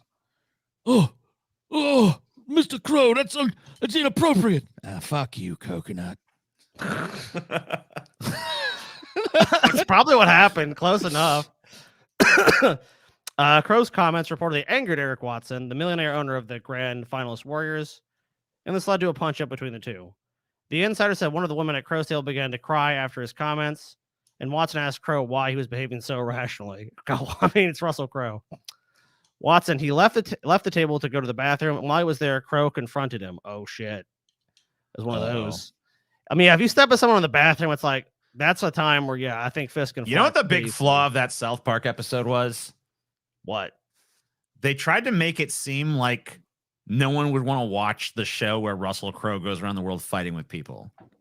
They tried to portray that show as like, this show is so boring. We love Terrence and Phillip, but we hate this shit. It's like, man, in real life, that would instantly, like if HBO did that, it would instantly be their new Game of Thrones. Yeah, that would be the fucking biggest goddamn, I mean, maybe not the biggest show in the world, I don't know, but it'd be a fucking big show. People would watch the fuck out of that show.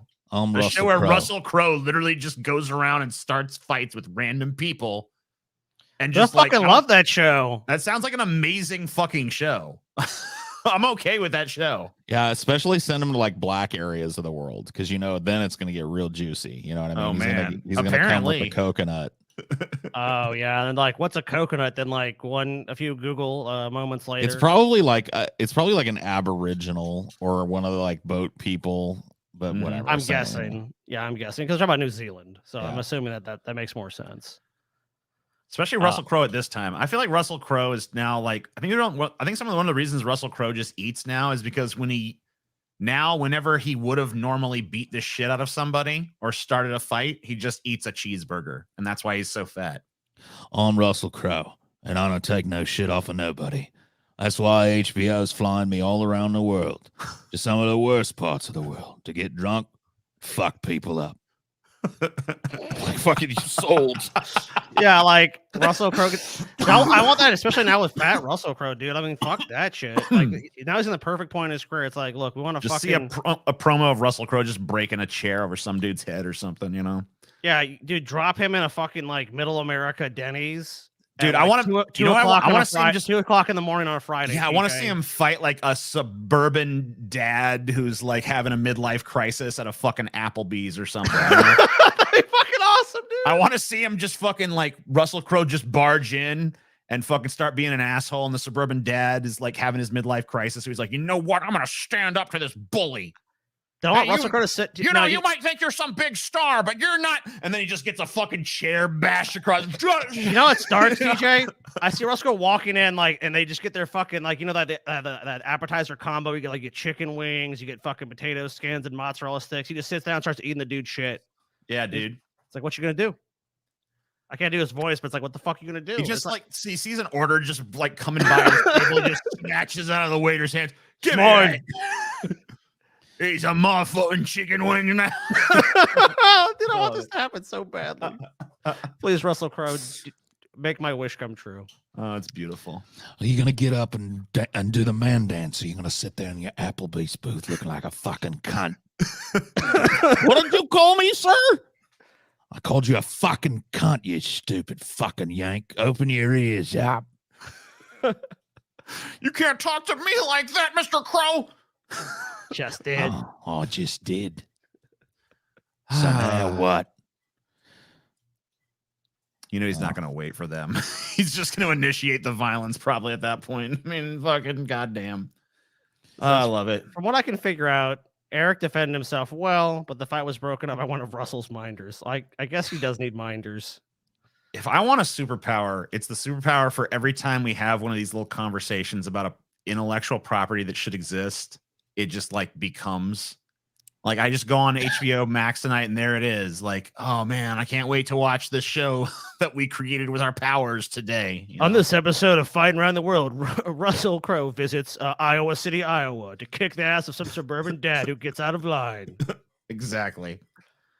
I want to be an equal opportunity thing too, you know? Like, I don't care. I want to see him punch women, and, you know, I want to see him fucking kick dogs across the street. I don't care. Nothing's too far on the Russell Crowe beats the shit out of people show. Russell Crowe visits Calabasas, California to get his nails done at a spa, and has an altercation with the owner. You call that a fucking French tip? That's not a fucking French tip. Have you ever done a fucking manicure before? What are you, fucking... You're a fucking amateur. You're a fucking amateur. He grabs him by the throat. Ah! Mr. Crowe! Man. Best fucking series of all time. God damn it. HBO Max, come on. Come on. You know you want it. You know you're going to do it. You know you fucking want it. You know what you want. Dude, that is one thing about fucking... It just goes to show you that it's a great movie about fucking Gladiator. Like, none of us, like, I don't remember at the time thinking, wow, it's weird that there's like this gritty Australian guy in ancient Rome. You know what I mean? Like, Yeah. He doesn't even try. He just, like, you know, walks around. Everybody else is talking all, I mean, I guess it's funny because everybody else is talking in a British accent too. That's like you know? Maximus. Dude, I feel like when people Not just- Joaquin Phoenix, though. when people have no idea what a an great comedy. accent sounds like, they're just like English. Like every fantasy movie, just like everyone should have an English accent in this. It's like, why? Because it doesn't seem mythical enough if the fucking elves are just like, what's up? You know what, though? Talent supersedes that because Joaquin Phoenix was in that, and he kind of sometimes was British, then sometimes was just American inexplicably, like depending on the take. You know what I mean? Like, how much does he concentrate Yeah, he on his did have accent? a real inconsistent accent in the movie for sure. So did his sister. Yeah, she The did. chick as that well. played his, like, it was just a very inconsistent accent movie, and that's something that would usually stick out like a sore thumb. But I really don't care watching. You know, what I No, mean? Like, it's an awesome movie. it's yeah. just too good. Yeah. This is probably his most famous meltdown. In June 2005, Crowe was arrested and charged with second-degree assault by the NYPD after he threw a telephone at the concierge of the Mercer Hotel, who would refuse to help him place a call when the system did not work from Crowe's room. He was also charged with fourth-degree criminal possession of a weapon, the telephone. The concierge was treated for facial laceration. After his arrest, Crowe underwent the perp walk, which, you know, you're looking at it here. I don't know why they do this because it always just makes the fucking person look cool. Oh, I You know. I mean, the perp walk, especially if you're a dude like Russell Crowe or fucking Robert Downey or whatever, it always just makes you look cool.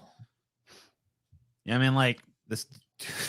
Yeah, he's walking out with like jeans. Back and away, everybody. Dangerous man coming through. Dangerous badass. Clear a path, folks. It's like, oh, man. Yeah, you know, oh, wow. Taught him a fucking lesson, didn't you?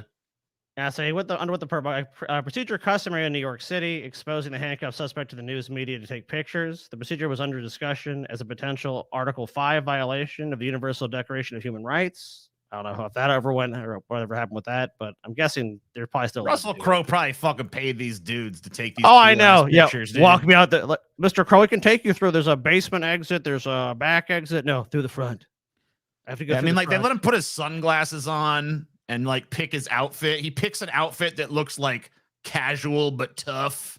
He doesn't look like a doesn't look- fucking dude come out of a grimy ass jail. He looks like a badass that just like is strolling out. Yep.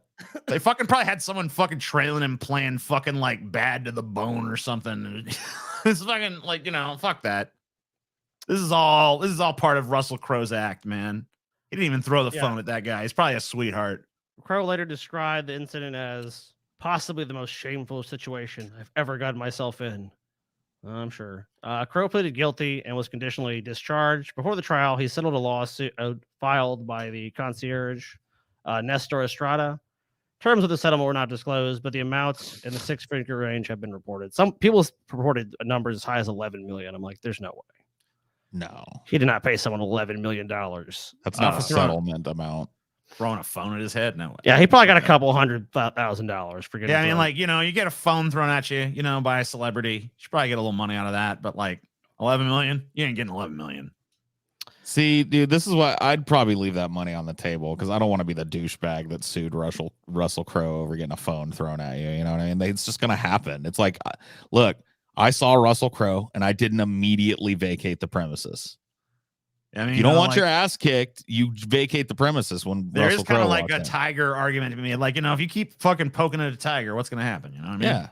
Yeah. The tiger bites the fucking person that comes to the zoo. Is it the tiger's fault, really? Or is that just the tiger's nature? I mean, yeah, you get in the tiger fucking cage, that motherfucker's gonna bite you.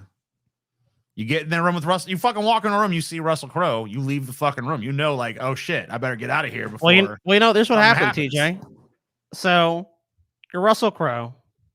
You're a fucking big time fucking star, TJ. You've done Gladiator. You fucking won Academy Awards and shit. You fucking done it all, TJ. And all you want to do is call your wife in Australia. Can't get through. And this asshole, That's bullshit. Nestor Estrada, wasn't helpful when the actor called the front desk for assistance. Here's the response, TJ. His response was, whatever. And he hung up on me. So I went downstairs and had a word with him. Just had a word with him. Now he's now explaining his side of the story, though there's still some questions. I never touched him, mate. Never touched him. Never laid a finger on him, he said. Well, you're not being accused of laying a finger on him. You're being accused of throwing a phone at his head. It's really not the same. Well, it makes it sound better. It's like I never even touched him. Interview with Australia's Channel 7. I mean, technically, everyone who has ever shot someone could say that. I never hit him. Look, I never touched him. Never touched the guy. The bullet from the gun I was holding did, but I never but not did. me. The Oscars winners denying he ever hit Estrada, saying the clerk hurt himself running away from the actor. That's what it was, TJ. He fucking hurt himself running away. So the Russell Crowe's version is like, that little pussy tried to run, ended up hurting himself as he tried to run from me when I wasn't even doing nothing. Yeah, no explanation as to why the clerk was running away, or he might have hurt himself doing so, though. Most of the time, said Estrada suffered a cut below his right eye from the thrown telephone. He's running because I'm such a fucking badass. He's fucking like, oh shit, it's fucking Russell Crowe. I gotta run the other fucking direction. And then he tripped on his own shoelace, mate. Yeah, right. Yeah.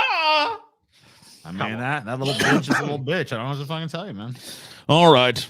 We'll let you go, Mr. Crowe. That's a plausible story. Russell the Crowe is kinda cool. Kinda? Man, I don't know. Russell Crowe is pretty damn cool, man. He's more than kind of cool. He's pretty fucking cool. So Russell Crowe got a little mad during this interview on BBC Radio 4. I hate these fucking mad during an interview clips, man.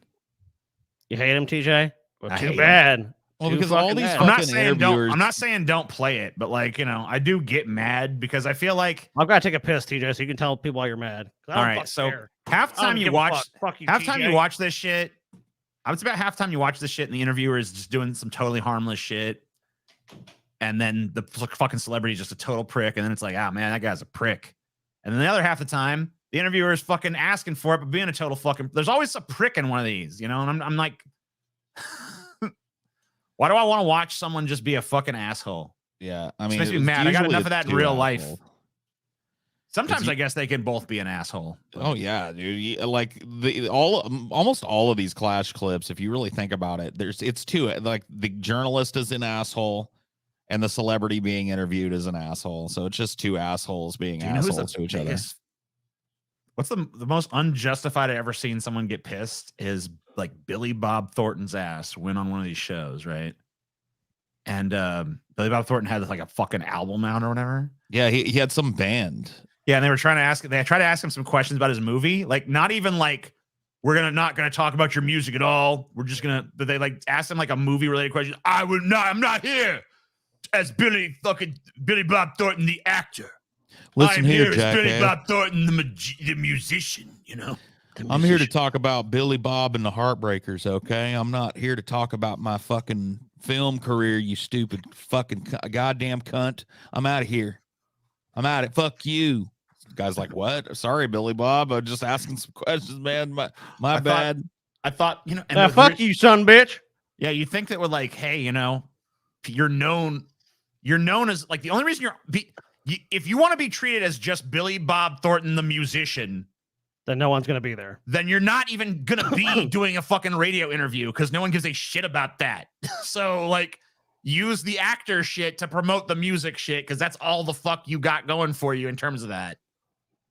I don't know why so many actors do that, but I remember our dad told us, like, everyone that's an actor For some reason, wants to be a famous musician. And every famous musician, for some reason, wants to be an actor.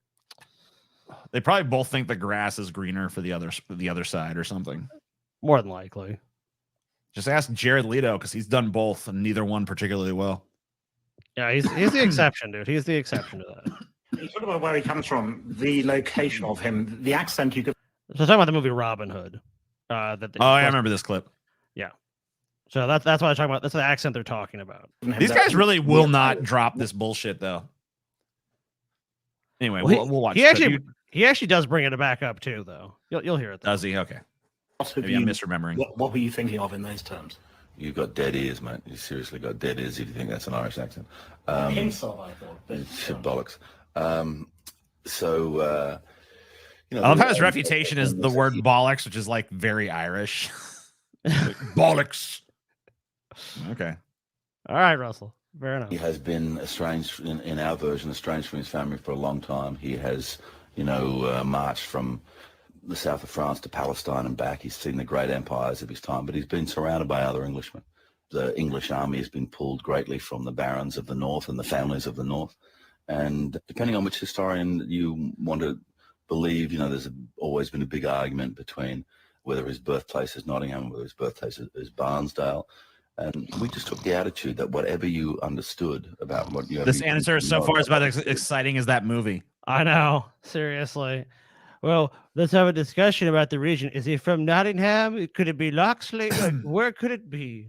You're re-traumatizing me by reminding me that this Robin Hood with him exists, by the way. Narrative ideas, and we twist them around. So the name Loxley, for example, has become synonymous with Robin Hood, but we show you why that was a simple mistake to actually say that he really was this man Loxley. I'm a little dumbfounded that you could possibly find any Irish in that character. That's kind of ridiculous, but it's your show.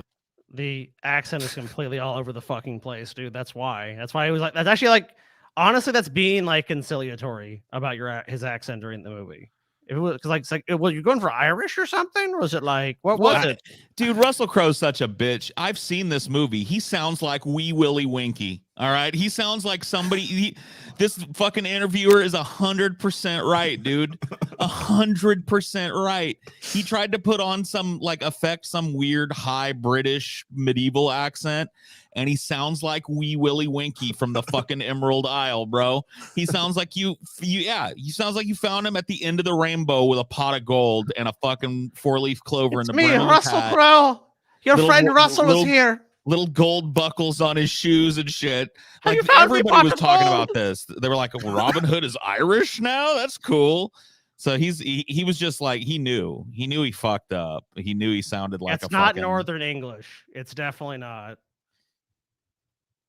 So you're going for you're going for Northern English. No, I was going for an Italian. Yeah, missed it.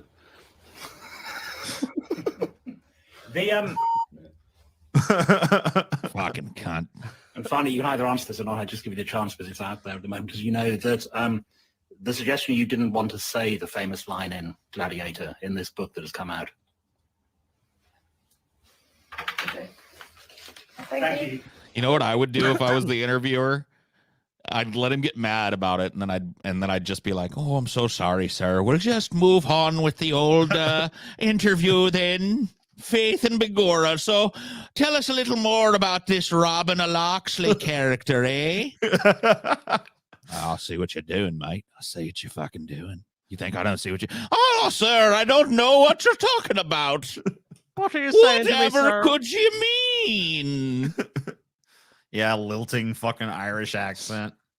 By the way, his accent, I think people have said it was like a big controversy about this accent.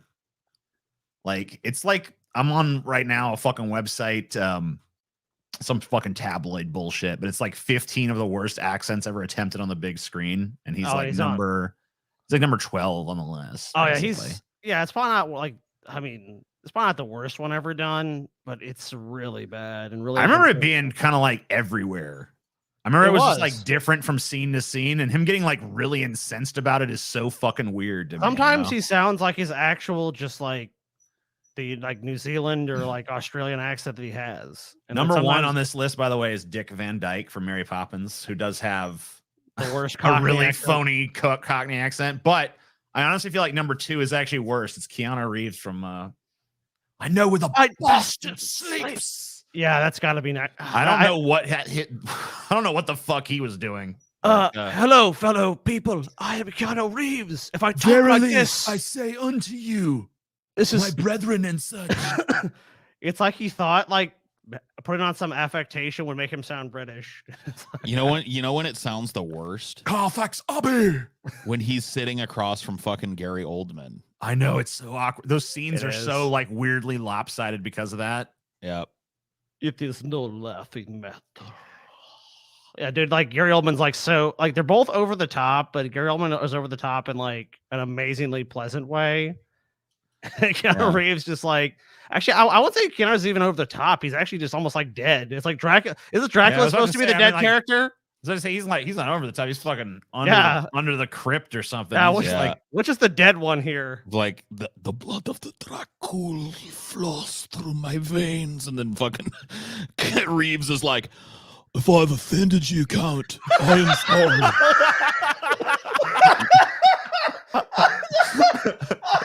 He's just like, God damn it, dude. Fuck.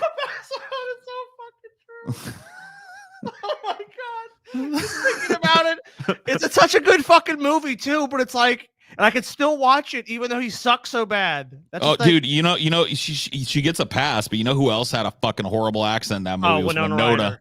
Dude, her fucking accent is horrible in that movie. Oh, my beloved Jonathan. Oh, I do so hope he comes back quickly. Just like, oh, fuck, man. I love Jonathan Harker. And then fucking, dude, you know what another problem with that movie is, dude? Anthony Hopkins is a mush mouth in that movie, dude. Yeah, he is. They'll be like, so what are you saying, doctor? Are you saying we have to go in there and take crosses in there and kill this guy? Yes, the beast. Boys, here we go. You're just like, what did he say? All right. I love that shit. Whatever you say, dude. At least you're like, yeah. At least Do you know Anthony how much Hopkins. like you realize when you start to turn like captions on in movies and shit because it's just like the way they mix shit now. I don't have to do it if I watch a movie from like the 70s or the 80s. I don't have to do captions because they just mixed movies like better in my opinion back then because they put the dialogue right up front. But now they're obsessed with it being like more realistic. So now I pretty much have to have captions on. And like a lot of times I'll go back and rewatch movies I'd seen before, but like, oh, that's what the fuck they were saying in that part. Dude, I just learned, and I bet you'll know exactly what I'm fucking talking about. Not to go too far on this tangent, but it's so funny that it's come up because I just fucking learned something that I have. Dude, What? I've probably watched Neverending Story like 150 times in my life. Okay, Tons of wow. times as a kid. And you remember, he fucking has to name. Right. Yeah. He has to Oh, name, yeah. I know what you're talking about. He has to name the Empress, right? And he opens the door and screams something into the wind. And I've literally never, dude, when I was a kid, I used to think it was Bozaya. Because he goes on and on about like, my mother had such a beautiful name. And then at the end, he screams it out of the window and it comes out like, and you're like, what? You know what it is, dude? It's like raining and he's screaming and it, yeah. Oh, I know, don't- you can I never don't know tell what it- it is. I Dude, saw. Oh, go It's ahead. Moonchild. Oh, you're right. It's some shit like that, isn't it? Moonchild. That's what he says out the window. Dude, I Okay. didn't know. Bosiah, dude. Bosiah. Bosiah! It's like, whoa, that's a fucked up name. Poor Empress, dude. Poor childlike Empress. Her name is now Bosiah. I want to Gross. I want to see if I can find this fucking clip now. I want people to like, because I don't think we'll get a fucking. I mean, it's just him yelling. Let's see. Dude, it is unintelligible, dude. It is. Now that you've heard me say what it actually is, because now I went back and watched it. I was like, okay, I can hear it now, but I would have never landed on Moonchild. I never did. Like I never did because you can't. It's literally he's screaming and he's not enunciating, and there's a storm happening, and the lightning is striking literally as he's screaming it. And they made no attempt to clean it up, so you actually figured out what he fucking said. See, never ending story. Oh, not at all. I mean, like when I saw it, like maybe a couple years ago, I'm like, what the fuck did he say? I had to go put the subtitles on for that reason. Story. Saying. When people hear this shit, like I don't know, like what the fuck they would have thought. Like if you saw it in theaters, you'd just be like, "What the fuck was her name?" None of these I can't. meltdowns compare to Paul's salty meltdowns. I don't think Paul's ever thrown a phone at me. So, yeah, I don't get violent. Like I'll have like meltdowns, but I don't get violent with it. Like the worst that I used to do, and I would never do this now, dude. I fucking love my controllers too much. I used to be a controller spiker. Oh, if I got real mad, I would Yeah. spike the controller real hard, you know. But that was 20s. That was in my 20s. Fucking God damn it! Yeah. So TJ, do you know who this is? Farrah Fawcett. That is. Yeah. Dude, that hairstyle that she's got right there, the Farrah Fawcett hairstyle, every woman in the mid to late 80s had this hairstyle. Exactly, dude. Every picture of my mom from the 80s, she's got this hairstyle. Oh, It yeah, literally- super popular. Yep. It's so weird, too. It's such a weird hairstyle if you really look at it. Yeah, it's like it's it's a like curls in strange it, thing. and then these bangs that are part here. Yeah. But she was an American actress, a 4-time Primetime Emmy nominee, and a 6-time Golden Globe Award nominee. I guess she never won the award. Sorry. And she rose to fame by playing the starring role in the TV series Charlie's Angels, which was only on for 1 season. I didn't know that because she had like a contract dispute or something with A lot of these fucking shows. I mean, like you'd be surprised how fucking big of an impact some of these 1 season fucking shows have had. You know. Well, I think they did this show, but she wasn't on it. Is what happened with Charlie's I Angels. gotcha. But she was still. I mean, like her cultural impact. I probably. Oh yeah, is she was like almost equal huge. to the fucking show at that point. Yeah, she was really the star that took off. Like everyone liked the show and the other I characters. mean, She Charlie's was- Angels. Had the show, and then they did the remake, and then they did the even worse remake. Ugh. I think they might have done a sequel to the first remake, and there's a couple of video games, but like that property just sounds like it just like something that just probably needs to go away.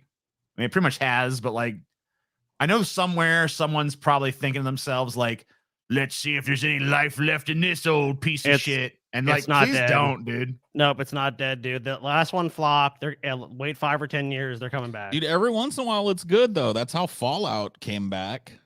Yeah. True. You know, people were just like, nobody wants to play these old Fallout games. They're a little dated, but let's see if there's life in the old girl yet. I guess. I just don't think Charlie's Angels has got it, but I'm just ready for. I think there needs to be a mass purge of intellectual properties at You this think point. so?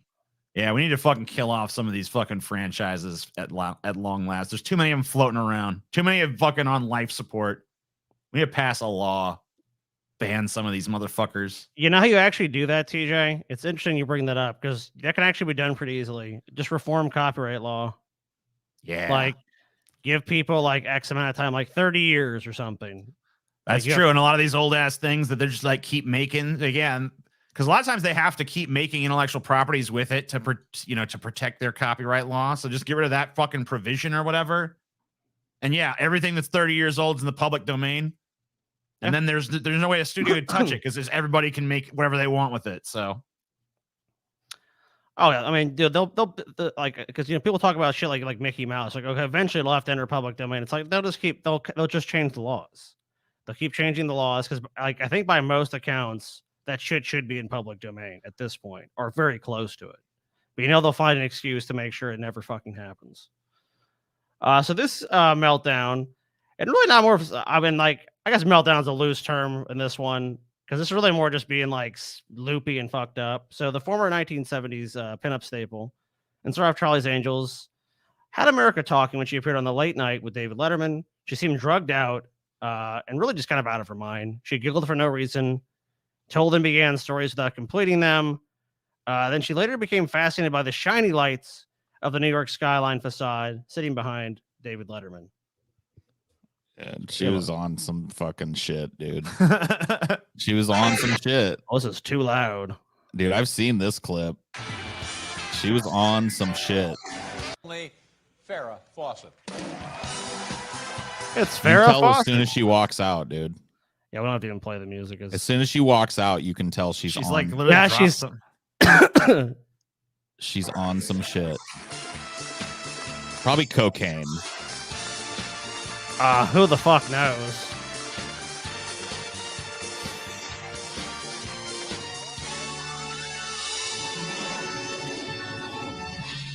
How you doing? Welcome to the show. Very nice of you to be here. Well, I'm so happy to be here. Now, you've never been on this program before. You were never on this program before. You were never on the other program we did at the other network. Is there any reason? You don't remember? Remember? You don't remember? Do you remember? You don't know. Yeah, this isn't from the 80s. This is 97. So she might have been on ecstasy. I'm She not might sure have if been anyone rolling. knows. Well, she claims she wasn't, of course. But we'll look at when the most replayed moment start. So she's pretty loopy. What does your family think? What is the response you get from, like, example, your son? How old is your son? Like 12 years old? 12. 12 years old. What is his response? Has he seen the pictures in the Playboy? Yes, he has. Yeah. And what is his reaction to that? Whoa, Mom. No. But he's What? Uh, Damn, he's got an Oedipus complex, huh? What? That's creepy. Whoa, Mom, your titties are bodacious and your ass is fucking bootylicious. I don't know. Why would you show your 12-year-old your fucking porn pictures? You've got me. I don't think it's a normal activity, but as we can tell in this interview, she's definitely on something. I mean, like she's always was pretty thin, but she seems really thin. So I'm guessing it's probably some uppers. said.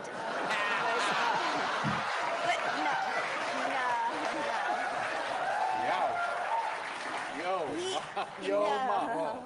No, he says dope. That's really dope. And I said dope.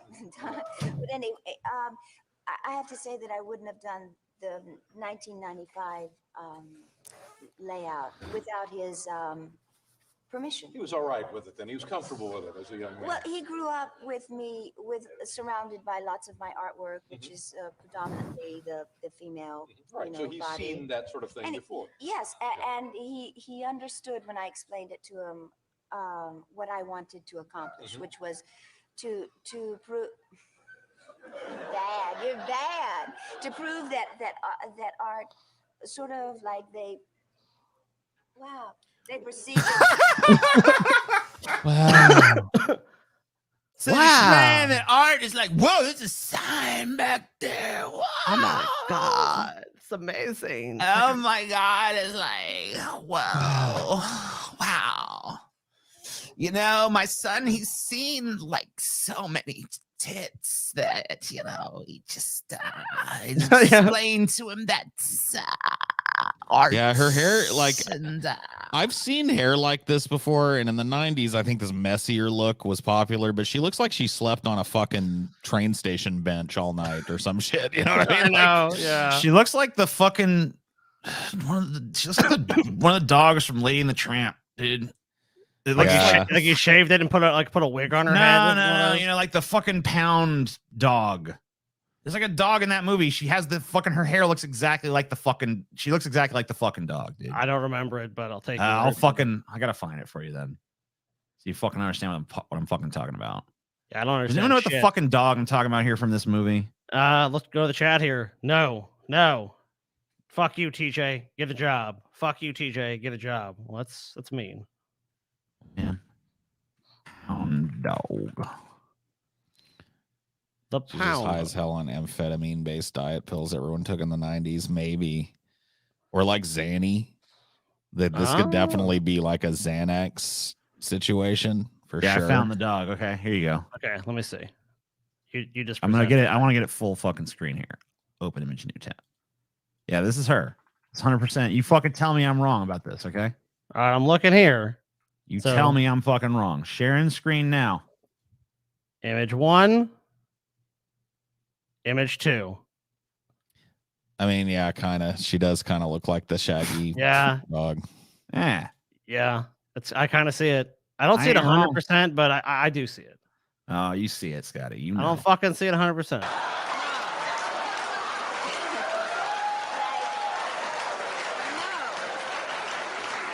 Dude, the fucking audience loves this interview too, because most of these interviews are pretty fucking boring and standard. Like, yes, They're like, huh, we're gonna see this on the news tomorrow.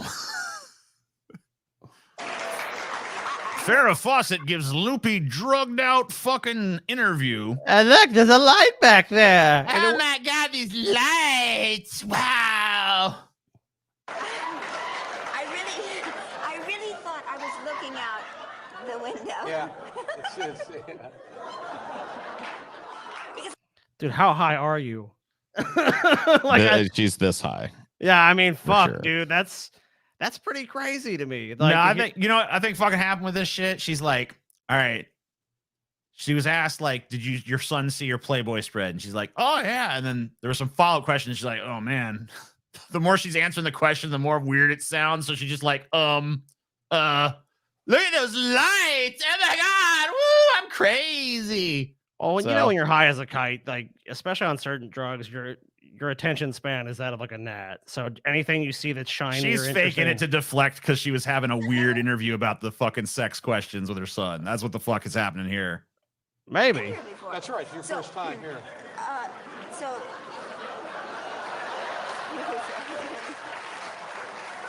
But there's a whole interview before that. So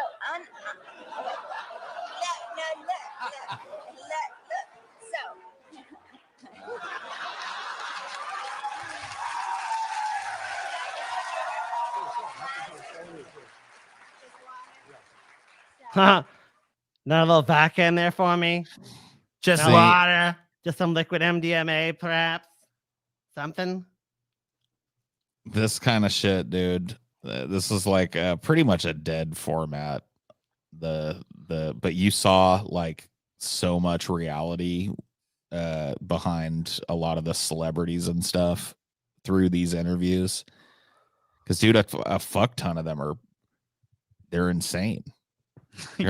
I remember Crispin Glover got thrown off of, what was it, Jay Leno or something? Yeah. Actually, I think it was David Letterman too. Yeah. I And remember then- Bobcat Goldthwait tried to light like a couch on fire on one of these shows or something. Yeah. And then there was some fucking wrestler or something who took a chainsaw to one of the desks. Oh, that was on Tom Green. Yeah, that Tom was on the Green did one Tom of Green these. show. And Yeah. Tom Green, I think they thought like Tom Green did all those pranks and stuff. He's gonna have a sense of humor about this, but he was fucking so mad. He's like, "Oh yeah, He was he like, destroyed well, my desk." Okay, Yeah, you owe us $450 fucking dollars for the desk, bro. Thanks. You just ruined our desk. Yeah, it's he really was nice. so dude. fucking pissed, dude. I loved Fucking it. jerk. You're a little bit of a jerk. Here, we'll go to the end. Poor here. Farrah, you could tell she's a sweetheart. You could tell she's fucked up. That's what I could tell. Okay, ladies and gentlemen, do me a favor, say hello to Craig Kilborn. Craig, I'm sorry, but we ran out of time. I know this is the second time you've been scheduled Oh, to be okay, on the let's see. program, and something got a little goofy. We don't give a over fuck there. about Craig Don't worry, Kilborn. all right, but I'm going to show the one with the paint there, so you're actually. Huh? Yeah, poor fucking Craig Kilborn got bumped. Now what have I done? I can't find it. We had him clipped earlier. It's because the thing is, first of all, it's my. She First can't of say all, my thing. Hey, she can't say more than 3 fucking words without fucking stumbling on something. Let me say, first of all, and well, you have to, but if you don't, like, okay, I got you, baby. That's good. That's good. That's nice. Real This- nice stuff. This really didn't hurt her career though. This really was. I mean, like, some Why people- would it?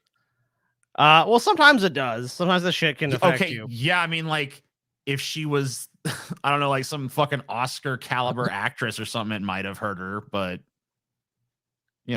she's Farrah Fawcett, so it's not gonna- I mean, I couldn't do this without pulling this. I mean, I think you already know what's going to be, TJ. what is this? I don't even know who I'm looking at. Who is that? You know who this is? Yeah, who is that? You ever watched show Baywatch, TJ? Is it David Hasselhoff? It's David Hasselhoff. Yeah. Yeah. Oh, okay, he doesn't look a goddamn thing like himself. there. It's the Hoff, TJ. It's he what doesn't it's look like called. he doesn't look like my mental picture of him there, I should say. So Hasselhoff first gained recognition for The Young and the Restless, 1975 to 1982. Played the role of Dr. Snapper Foster. His career continued with the leading role as Michael Knight on Knight Rider, 1982 to 1986, and as LA County lifeguard Mitch Buchanan on Baywatch from 1989 to 2000. He also produced Baywatch from the 90s until 2001, when the series ended with Baywatch Hawaii. So, I mean, he had a pretty successful television career. Yeah. For quite a while. I mean, Baywatch basically bought him the rest of his life. Oh That yeah. show was huge. It was a shitty show too. Like, I mean, it was basically popular because bouncing titties. Boing, Yeah. boing, boing. Yeah, that's why it was popular. That's basically it. I mean, that was really, what they had. They're like, hey, that's you guys, 100% it. hey, America, you like big bouncing titties on the beach? And America's like, I guess so. Yeah. Well, here you go. Now, it's pretty rare to have your rock bottom, like the actual rock bottom of your life filmed or something approximating it. But this actually happened to David Hasselhoff in 2007 as he drunkenly, his daughter is filming him drunk, and as he tries to eat this burger in his like the floor of his house. And it's kind of one of the most pathetic things you'll ever see. It's just truly pathetic.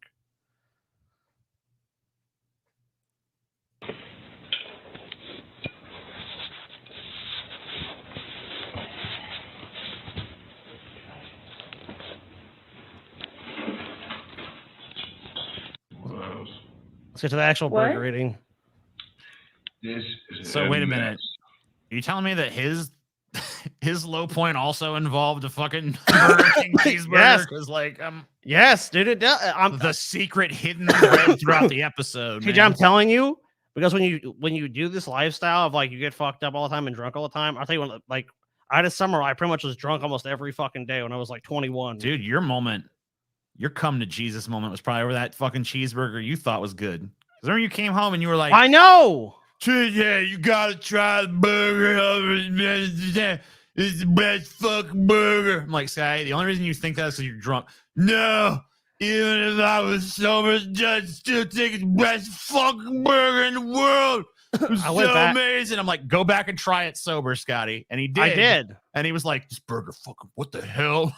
This burger sucks. It was burned and it sucked, dude. I was like, how fucking, dude, it was awful. I'm like, how fucking drunk was I? Like, I literally had to ask myself that at that point. I'm like, dude, I must have been fucking wasted to think this was good. Poor Scotty. He can't even eat it. I'm an animal. Give me the burger. David, you got some fucking. Give me the cheeseburger. You got something right here, man. I will stop Baywatch. People watching it for me. No one cared about the bouncing titties. They love David fucking Hasselhoff. Give me the burger, you piece of shit. Piece of shit motherfucker. You don't understand my life. Dude, he took a fucking bite of that burger like you would take a big aggressive bite out of a crisp apple. You know what I mean? Like he went in there with tons of force. His daughter did him dirty. I guarantee that his daughter's motive in this was probably like, he needs to fucking have a wake up moment. Oh yeah, because this 100%. shit is fucking. He needs to fucking be shamed into fucking getting his shit together because this is fucking getting pathetic as fuck. And I'm pretty sure that's what happened too. Like I'm pretty sure he cleaned up. Right. After that. I mean, because he's like, oh my god. I can rarely say definitively that person is wrong. But let me read this. What I pulled here. All right. So he softly eats the burger in the bathroom while falling over into his food, wearing nothing but a pair of blue jeans. His 16-year-old daughter Taylor is heard begging him to grow up on the video. Fascinatingly, Hasselhoff had asked his kids to film him whenever he falls off the wagon. Oh, okay. So they were literally told to do this so that they would like. So Yeah. he asked him to put it out there into the fucking public sphere though, because I doubt they did. I mean, I think they wanted him to fucking not be an alcoholic anymore, and he did ask them to do it. You got lettuce on your face, bro. All right, there you go. This burger's hard to eat. I'm not a scientist. I don't understand these fucking burgers these days. Too complicated. Dad, you need to promise me you're not going to get alcohol tonight, okay? What? You need to promise me you're not going to get alcohol tonight. Okay? What? Because if you get alcohol tonight, you're fired from your show tomorrow. And the doctor is coming over here in the morning to check your alcohol level. And if you have any alcohol in your system, you're going to be fired from the show. He looks like he's already got some alcohol in his system to me. Dude, I don't he's know what the drunk fuck. as a fucking skunk, dude. He's like, I won't lie. I have eaten a burger like that. Oh man. I mean, yeah. Dude, I don't think that's I've been to bad. that point. No. bro, I haven't. No. If I'm drunk enough to be like that, I'm not eating stuff. I don't know. Maybe I am, and I just don't remember. Hence did him dirty. He asked to be filmed. I mean, don't ask for stupid things. You don't expect things like that to happen. So I don't agree. I don't care. Like, you can keep saying it. Tell me. No, you can't.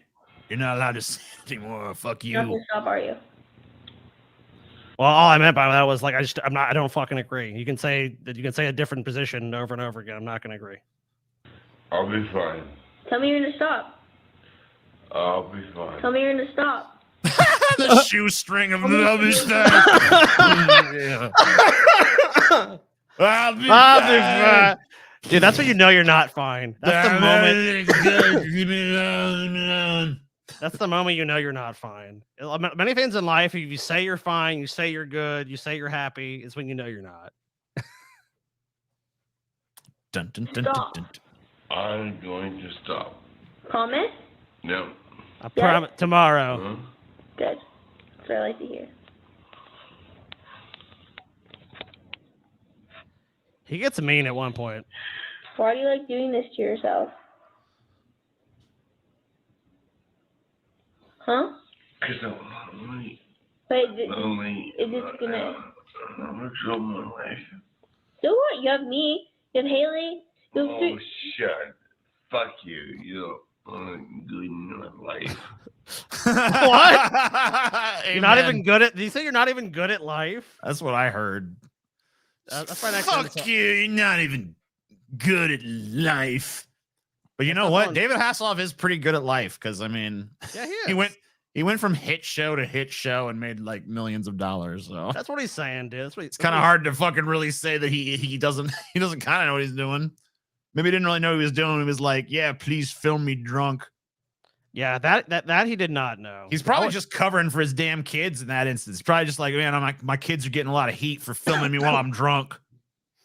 People are like, that's fucking rude. So he's like taking a bullet for his kid. Yeah, I told him to do that. He didn't tell his damn kids to do that shit, probably. No, dude, this is like, no, I'll tell you what. A lot of people say this kind of crap. They don't think that person's actually going to do it. That's what it was. 100%. Like, if I ever get fucked up, the right thing would be to film me to show me why I'm fucking myself up. You know what I mean? But honestly, when it comes down to it, like, they probably don't actually think Someone says that she sent it to her mom who divorced him, and then she probably put it out there to the fucking public. Oh, okay. Yeah, that's definitely where it went awry for sure. Oh shit, dude, are you serious? Like ex get their hands on something like this, bro. That's my fucking god, dude, that's fucked up. Okay, that's like not smart. Well, at least the daughter's exonerated. She didn't fucking do anything. It was the ex-wife. Yeah, well, the ex-wife definitely intended to embarrass him. So I will admit that. I mean, I don't think there's any other reason for this to go on. I don't know if that's how. I mean, I'm just reading the chat. I don't know how fucking accurate their information. I mean, is, that but... sounds like a pretty plausible series of events. Your ex-wife, you know, like a lot of times exes don't have the best of circumstances. What?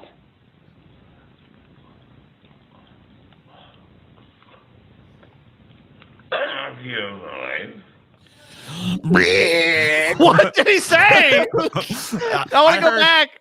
I heard "fuck you, life," but I have no idea. It sounded like a billy goat braying to me. I'm slowing this down. Okay. What did? All right, slow it to half speed. Yeah.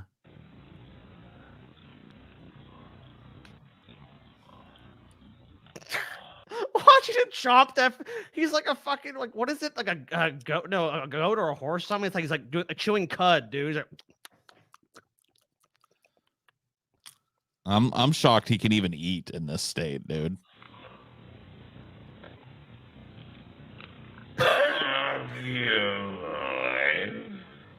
what? I love life. Okay, I'm gonna go to 75%. Maybe that'll. If I can't get it there, I just don't know. Fuck you. You don't good in my life.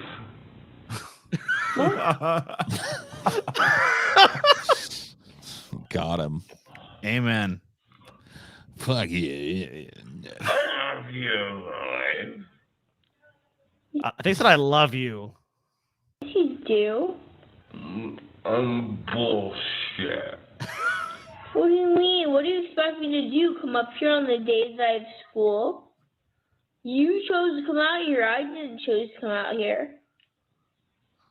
I come up here as much as I can. Every weekend that I don't have SAT, I come up here. There's nothing I can do. I change my schedule around because of you. Somebody needs to explain to this kid that, like, when a person is this drunk, they can't process a single fucking word of any of those sentences that you're saying. Yeah, he's in another fucking. He's hearing like. business.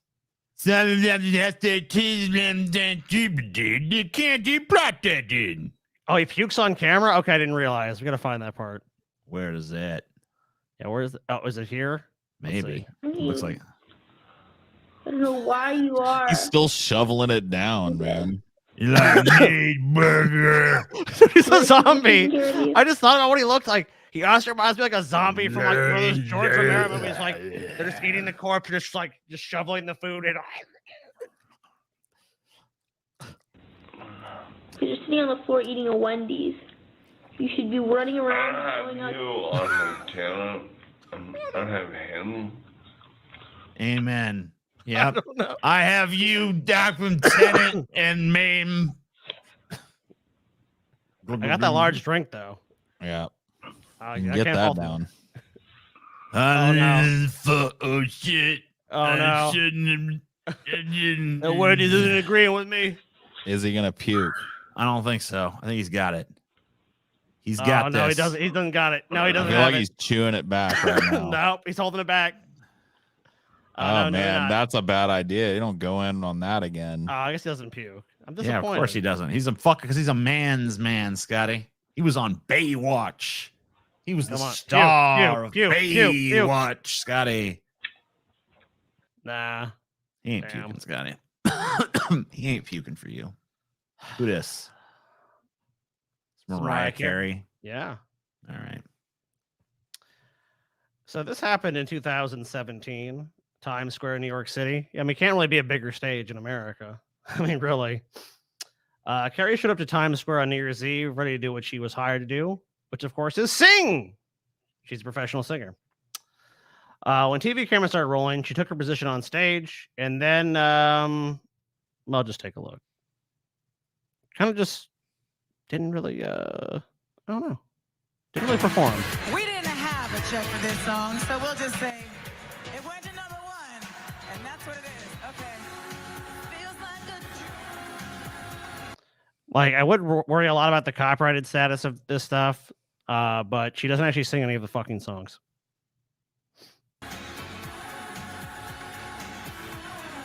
We're missing some of this logo, but it is what it is. But I like the way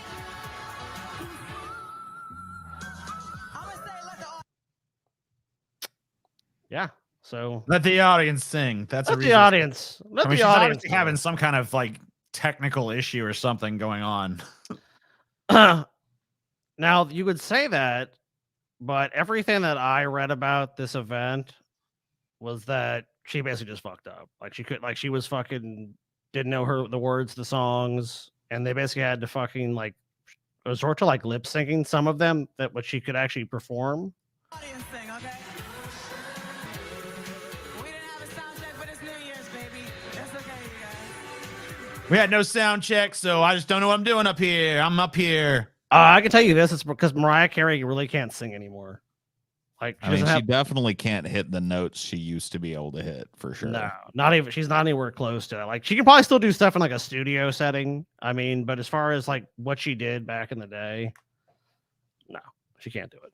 I don't care. I never liked the shit she did back then. So, oh, as neither far as did I'm I. concerned, Mariah Carey not being able to sing is the best thing that ever fucking happened.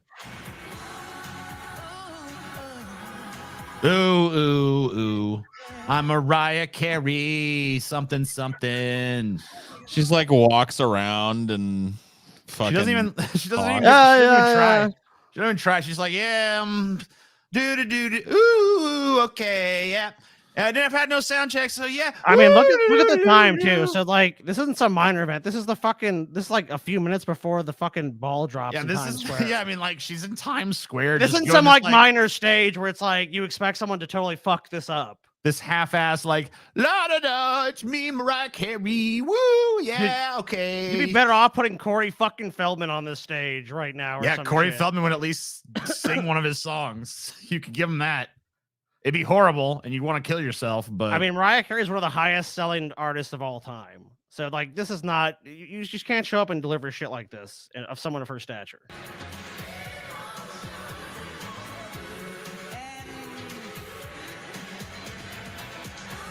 this definitely encapsulates 2017 in a nutshell. Can I not have one? What the fuck? Can you imagine being one of those dancers just being like, what the fuck is going on? Oh, I know, dude. It's like, They have to just be totally cool and chill about it. It's like, because they have no power in this. Like, they've been hired to do this dance number, so they're just doing dance no matter what. They're doing their damnedest, and you have the main performer just like, I don't know, did they get a fan check? I don't want to throw Jareth Gawain under the bus again or whatever, but like it kind of reminds me of the time we're trying to do that show and he's just like lingering around on the stage in the background. He's like, it'd be like if I was doing that though. I If didn't believe. I'm just too fucked up and I'm like, oh shit, isn't that that psychic lady? What the hell? Sylvia Brown. Voices Yeah. in the water, honey. Wow. What? Water.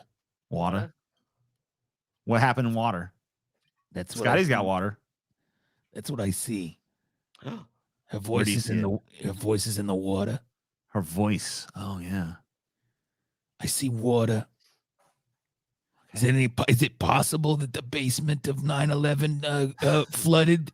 Is that possible? Because water. I see water. Maybe it did. Yeah, I mean it could. I mean, very well. Like a pipe could have burst and a water could have gathered, and then yeah, her voice could have drowned in that water in 9/11. I'm seeing that. I'm trying to be a good sport here. What is she talking about? Oh, you even hear the lip syncing she's supposed to do because you even hear the high notes being hit for her live as she's literally talking into the mic.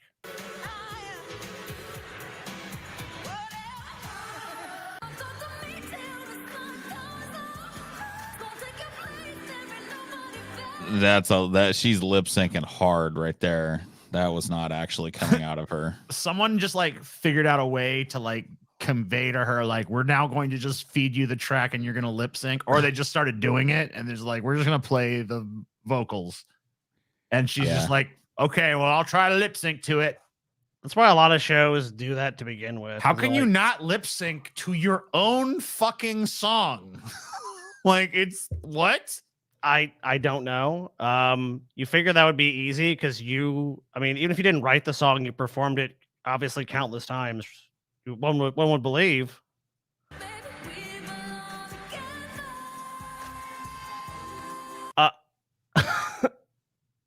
What the fuck was that? She hits She's a not high even- note. It's not even trying. Yeah, her mouth is closed and she's hitting a high note. That's Amazing. That's really impressive, man. I don't know how the fuck you could do that one.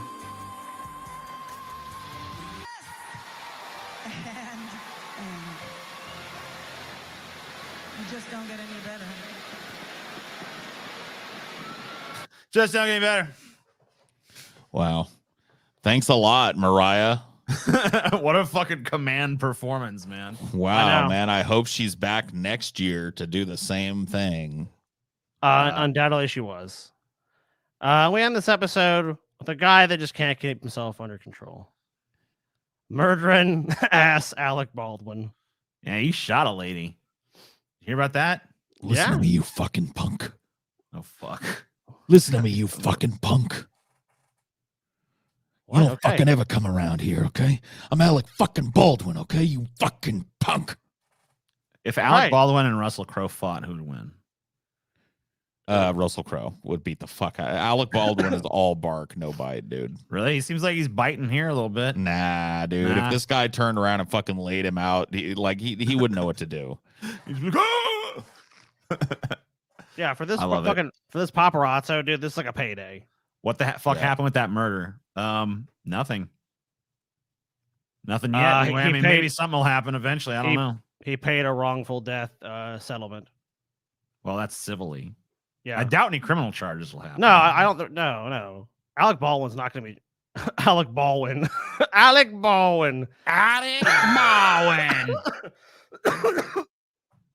Come on, he's a rich, fucking famous actor. He's not being charged criminally. He paid a bunch of money, and there's that. This is pretty famous. Also happened in 2007. A lot of shit went down in 2007.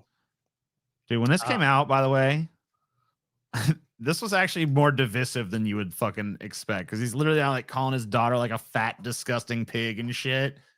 And like a lot of people in the comments were like, it's nice to see someone fucking telling these teenage girls like it is.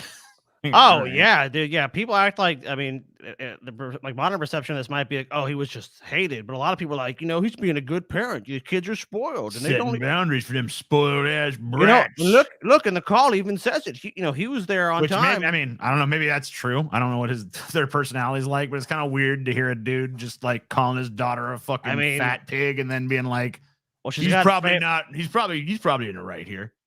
Well, the kid's mom is Kim Basinger. So, I mean, she basically has two ultra famous parents. So I'm sure the kid is spoiled as shit. Yeah, Baldwin has street cred from his murder. He does now, yeah. Yeah, he murdered somebody. Okay. And I want Remember that? to for you right now, because again, it's 10:30 here in New York on a Wednesday. And once again, I made an ass of myself trying to get you a phone to call you at a specific time. When the time comes for me to make the phone call, I stop whatever I'm doing, and I go and I make that phone call at 11 o'clock in the morning in New York, and if you don't pick up the phone, at 10 o'clock at night, and you don't even have that goddamn phone turned on. I want you to know something, okay? I'm tired of playing this game with you. I'm leaving this message with you to tell you. Tell it like it is, Alec. Tell it like it is. Put that little bitch in her place, Alec Baldwin. She ain't there when you call. Fuck that bitch. Look, he made an ass of himself. A fucking ass, DJ. I fucking stop what I'm doing, and I fucking go to the phone, and I call, and you don't answer. It's time for you to die. Oh, shit. God, you have insulted me. You don't have the brains or the decency as a human being. I don't give a damn that you're 12 years old or 11 years old or that you're... Whatever the fuck you are. Dude, what a fucking out of touch. Look, I don't know how fucking old you are, kid, but you better listen to me. It's like, you don't know the age of your own child, Alec? Like, come on. You're an out of touch motherfucker. I don't know if you're 12 or if you're 20. Whatever the fuck you are. I don't give a shit. I'm here to fucking burn your house down. a child, or that your mother is a thoughtless pain in the ass. Yeah, that's what that's really about. He hates her fucking mom. That's what it is. More than anything, he hates this fucking mom. He hates the relationship he had with her. He hates all the fucking money it cost him. So he's bitter. He's bitter as fuck. Doesn't care about what you do as far as I'm concerned. You have humiliated me for the last time with this phone. And when I come out there next week, I'm going to fly out there for the day just to straighten you out. Wow. I'm going to spend a day with my kid. Like, yeah, it's just... Yeah, what a threat. Yeah, she'd probably love that, you weirdo. I'm gonna fucking spend a whole day with you. Instead of my customary 20-minute visit, a whole day. Oh, Seems like the customary fucking 2-minute daily phone call ain't cutting it no more. So I'm gonna come down there and spend the whole day making sure you know what a piece of shit I am. Yeah, I wonder why your kid hates you.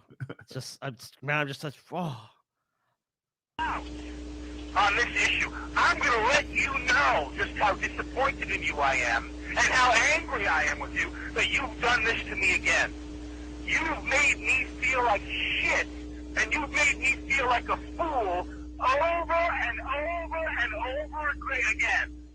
And this crap you pull on me with this goddamn phone situation that you would never dream of doing to your mother, and you do it to me constantly. Yep, the bitterness again. Your fucking mother. It's like maybe her mother's more present in her life, so that's why she doesn't need to do that. Like maybe that's the reason. And over again. I am going to get on a plane, and I'm going to come out there for the day, and I'm going to straighten your ass out when I see you. Do you understand me? Father of the year. Yeah, undoubtedly the father of the year. Father of the year, Alec Baldwin, man. Fucking Ward Cleaver, step aside. It's Alec Baldwin, man.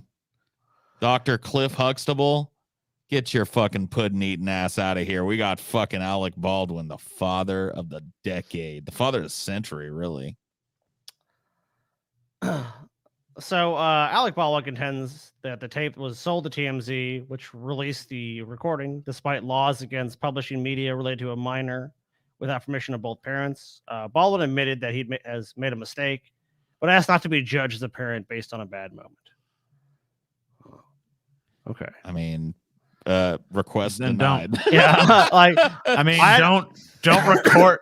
I mean, don't record your bad moment. Then I don't know what to. yeah, fucking don't tell leave a you, dude. I mean, like- voicemail of you being a fucking douchebag. Like you left a voicemail, you left an angry voicemail, and you're just like, I can't believe that, you know, sending this angry voicemail to my fucking daughter that's like obviously going to be, I mean, like, you know, that's going to happen. You know, she's going to cry. You know, she's going to go to her mom. You know, the fucking mom's going to hear the message, and you know, she's going to release it on you because you're having a fucking very public divorce and she's trying to win a fucking public image campaign against you.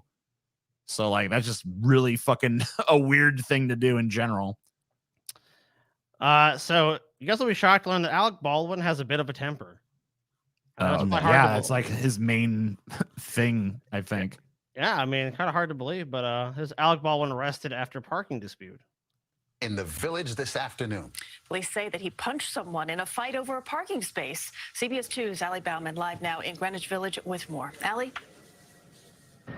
Well, Christina Maurice, Baldwin was given a desk appearance ticket for misdemeanor assault and harassment. He walked to the precinct less than an hour ago, while the other man in this alleged road rage incident is still at the hospital. Anything to say? Alec Baldwin walks out of the 6th precinct without saying a word to a flurry of cameras, and he gets in the back of a black car, still silent and scowling. Dude, you know, he still wants to talk shit too. You can totally tell. It's like, I don't get it, man. I don't get it. If you really didn't want the attention, you probably wouldn't do shit like this. I mean, if any of these paparazzis was good, they could have baited him into fucking a conflict right there. They just don't know. They just ask him all these fucking normal questions and shit. They ought to be like, what's it feel like to be a crazy fucking violent drug addict, Alec? How many more people are going to walk away from interaction with you in the Shiner, Alec? Dude, there's actual clips on here. I didn't even pull it of people going up to Alec Baldwin asking what it's like to kill somebody. You hit your daughter, Alec? You hit your wife? Alec, you beat your mother? You know, you just Why'd like you beat your mom, Alec? That's mean. Speaking of beating your mother, didn't like Christian Bale do some violent shit against his mom or some shit? Yeah, he did. But I mean, like I said, I can only pull so much for an episode. So many celebrities have these meltdowns. And he keeps a similar expression when Baldwin is dropped off outside his home just a few blocks away, 3 hours after being arrested. Police say around 1 p.m., Baldwin was in his Cadillac Escalade trying to back into a parking spot outside his home on West 10th Street when another driver in a Saab station wagon cut behind the 60. I don't blame him, dude. A fucking Saab. You don't know a fucking Saab take your spot, TJ? Now you punch that motherfucker. Hell no. And pulled into the spot first. Sources tell us Baldwin yelled at the other driver, but the 49-year-old man ignored him and walked over to the Muni meter. Baldwin followed, and police said he punched the other driver in the left side of his face. Baldwin is no stranger to the NYPD. He was arrested in the Flatiron District 4 years ago after authorities said he was riding his bicycle against traffic, then yelled at the officers who pulled him over. Before that, the NYPD arrested Baldwin twice in 2 years for assaulting photographers. And in 2011, Baldwin shoved our own reporter Hazel Sanchez after he was kicked off a plane for refusing to turn Dude, off that Enquirer or whatever said, called him Baldwin. Baldwin, dude. I love it. Alec Baldwin. Yeah. And then he shot a lady. Late this afternoon, President Trump, often lampooned by Baldwin, commented, Who was arrested? Alec Baldwin. I want somebody out during a parking dispute. I wish him luck. A simpler time. I wish him luck. I don't give a fuck. They already kind of covered that one. Here's Alec Baldwin actually confronting some of these paparazzi on film.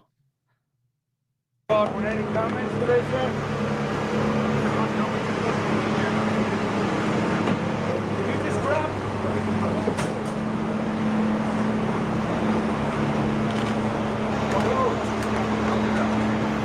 Whoops, you dropped your phone, buddy. I don't really feel too bad for the paparazzi.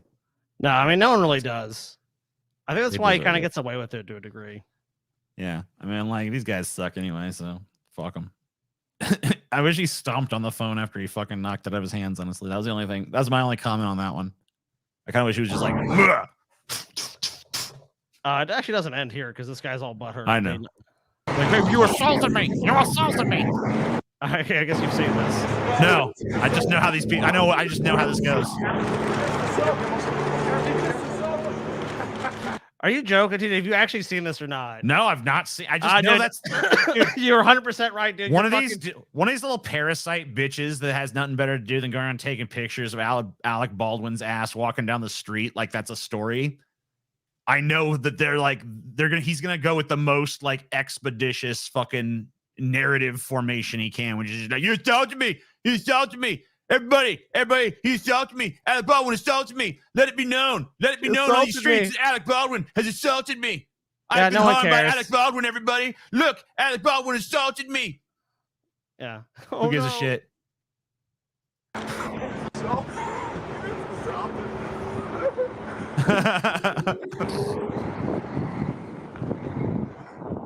Shoved me into a car. I tried to grab my face. Yeah, but you grabbed my face. I'm in the face. Huh? Don't look at him. What's your problem? You're assaulting.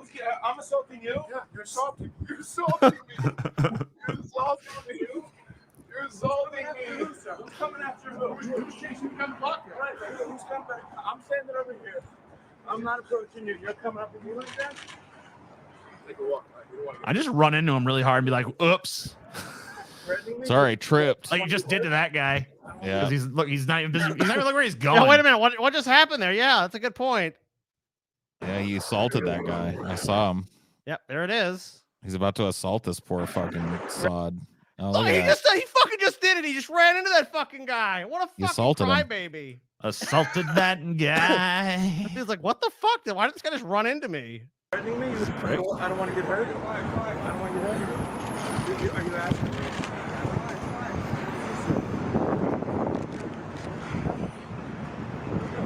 Oh, this guy is just clearly at this point just trying to bait him into something more.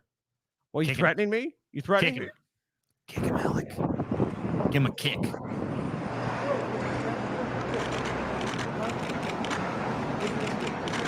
trying to talk to you. You're harassing me. Yeah. I always love that. Like, you're harassing me as somebody's trying to walk away from you. It's like, fuck off, bro. Yeah, Alec Baldwin is like a famous dude, and he's literally just walking around the city he lives in. So it's like you're following him down the street. How is he harassing you? He's not putting up with your shit. I think that's what it is. Like someone's There's a not putting great up clip of some chud pestering a public figure, and he's so focused he walks into a lamppost. I mean, yeah, they clearly do not take their eye off of the celebrity that they're stalking. They don't even look where the fuck they're going. Is this harassment? There's laws pertaining to it, but if you're in a public space, I mean, they've tried that, but I mean, look, they'll just hire someone else to go out there. If you say the same person is harassing somebody, and they can even prove that or get a restraining order against somebody, what ends up happening is, guess what? They hire someone else to come out and do the same thing. So they'll never stop being paparazzis.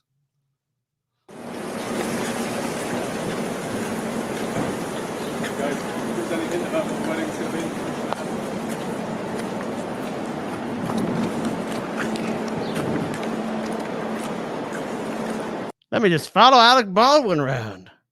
That sounds like a good idea. Sounds fun. You guys are excited to get married this weekend, guys? Any idea where the big party's gonna happen in? Take it out of the way.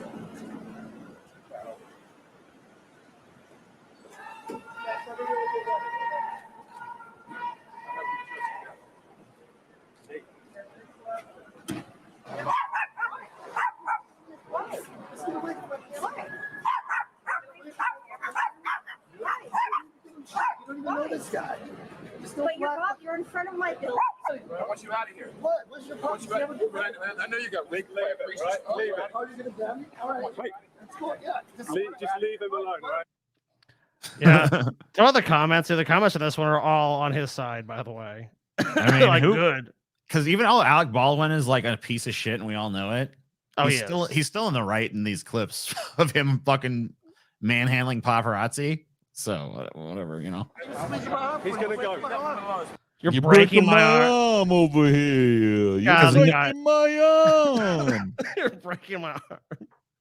Alec yeah. Baldwin's breaking my arm, everybody. Look. Don't hurt me. I'm a child. I swear I'm a child. You're breaking my arm. He's gonna go. You're breaking my arm. Whatever, bitch. He grabs you with a pussy. Yeah, if he's breaking your arm, then you have the weakest arm in fucking history. Yeah, and you're made of glass. That wouldn't have broken a spaghetti noodle, bro. Stop.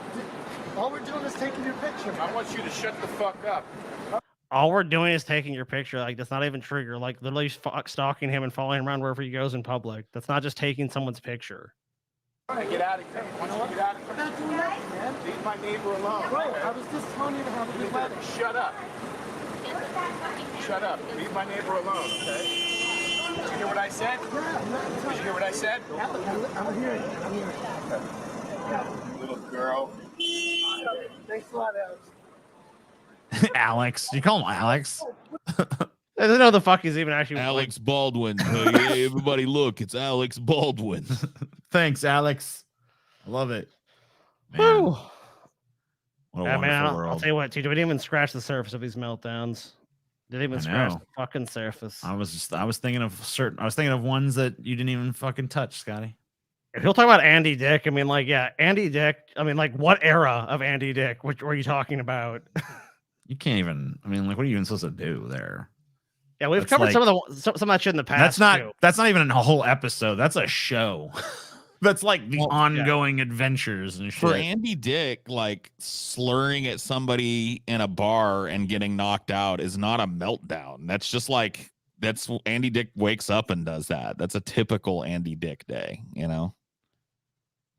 So it doesn't really fit. Well, guys, that's what I got for you. Hope you enjoyed it. If you want some more, just let us know. If you don't, then fuck you. You're wrong. I want Christian Bale. Oh, you're gonna get Christian Bale. Give me Christian Bale.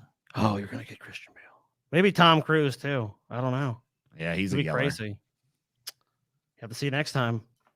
Bye, guys.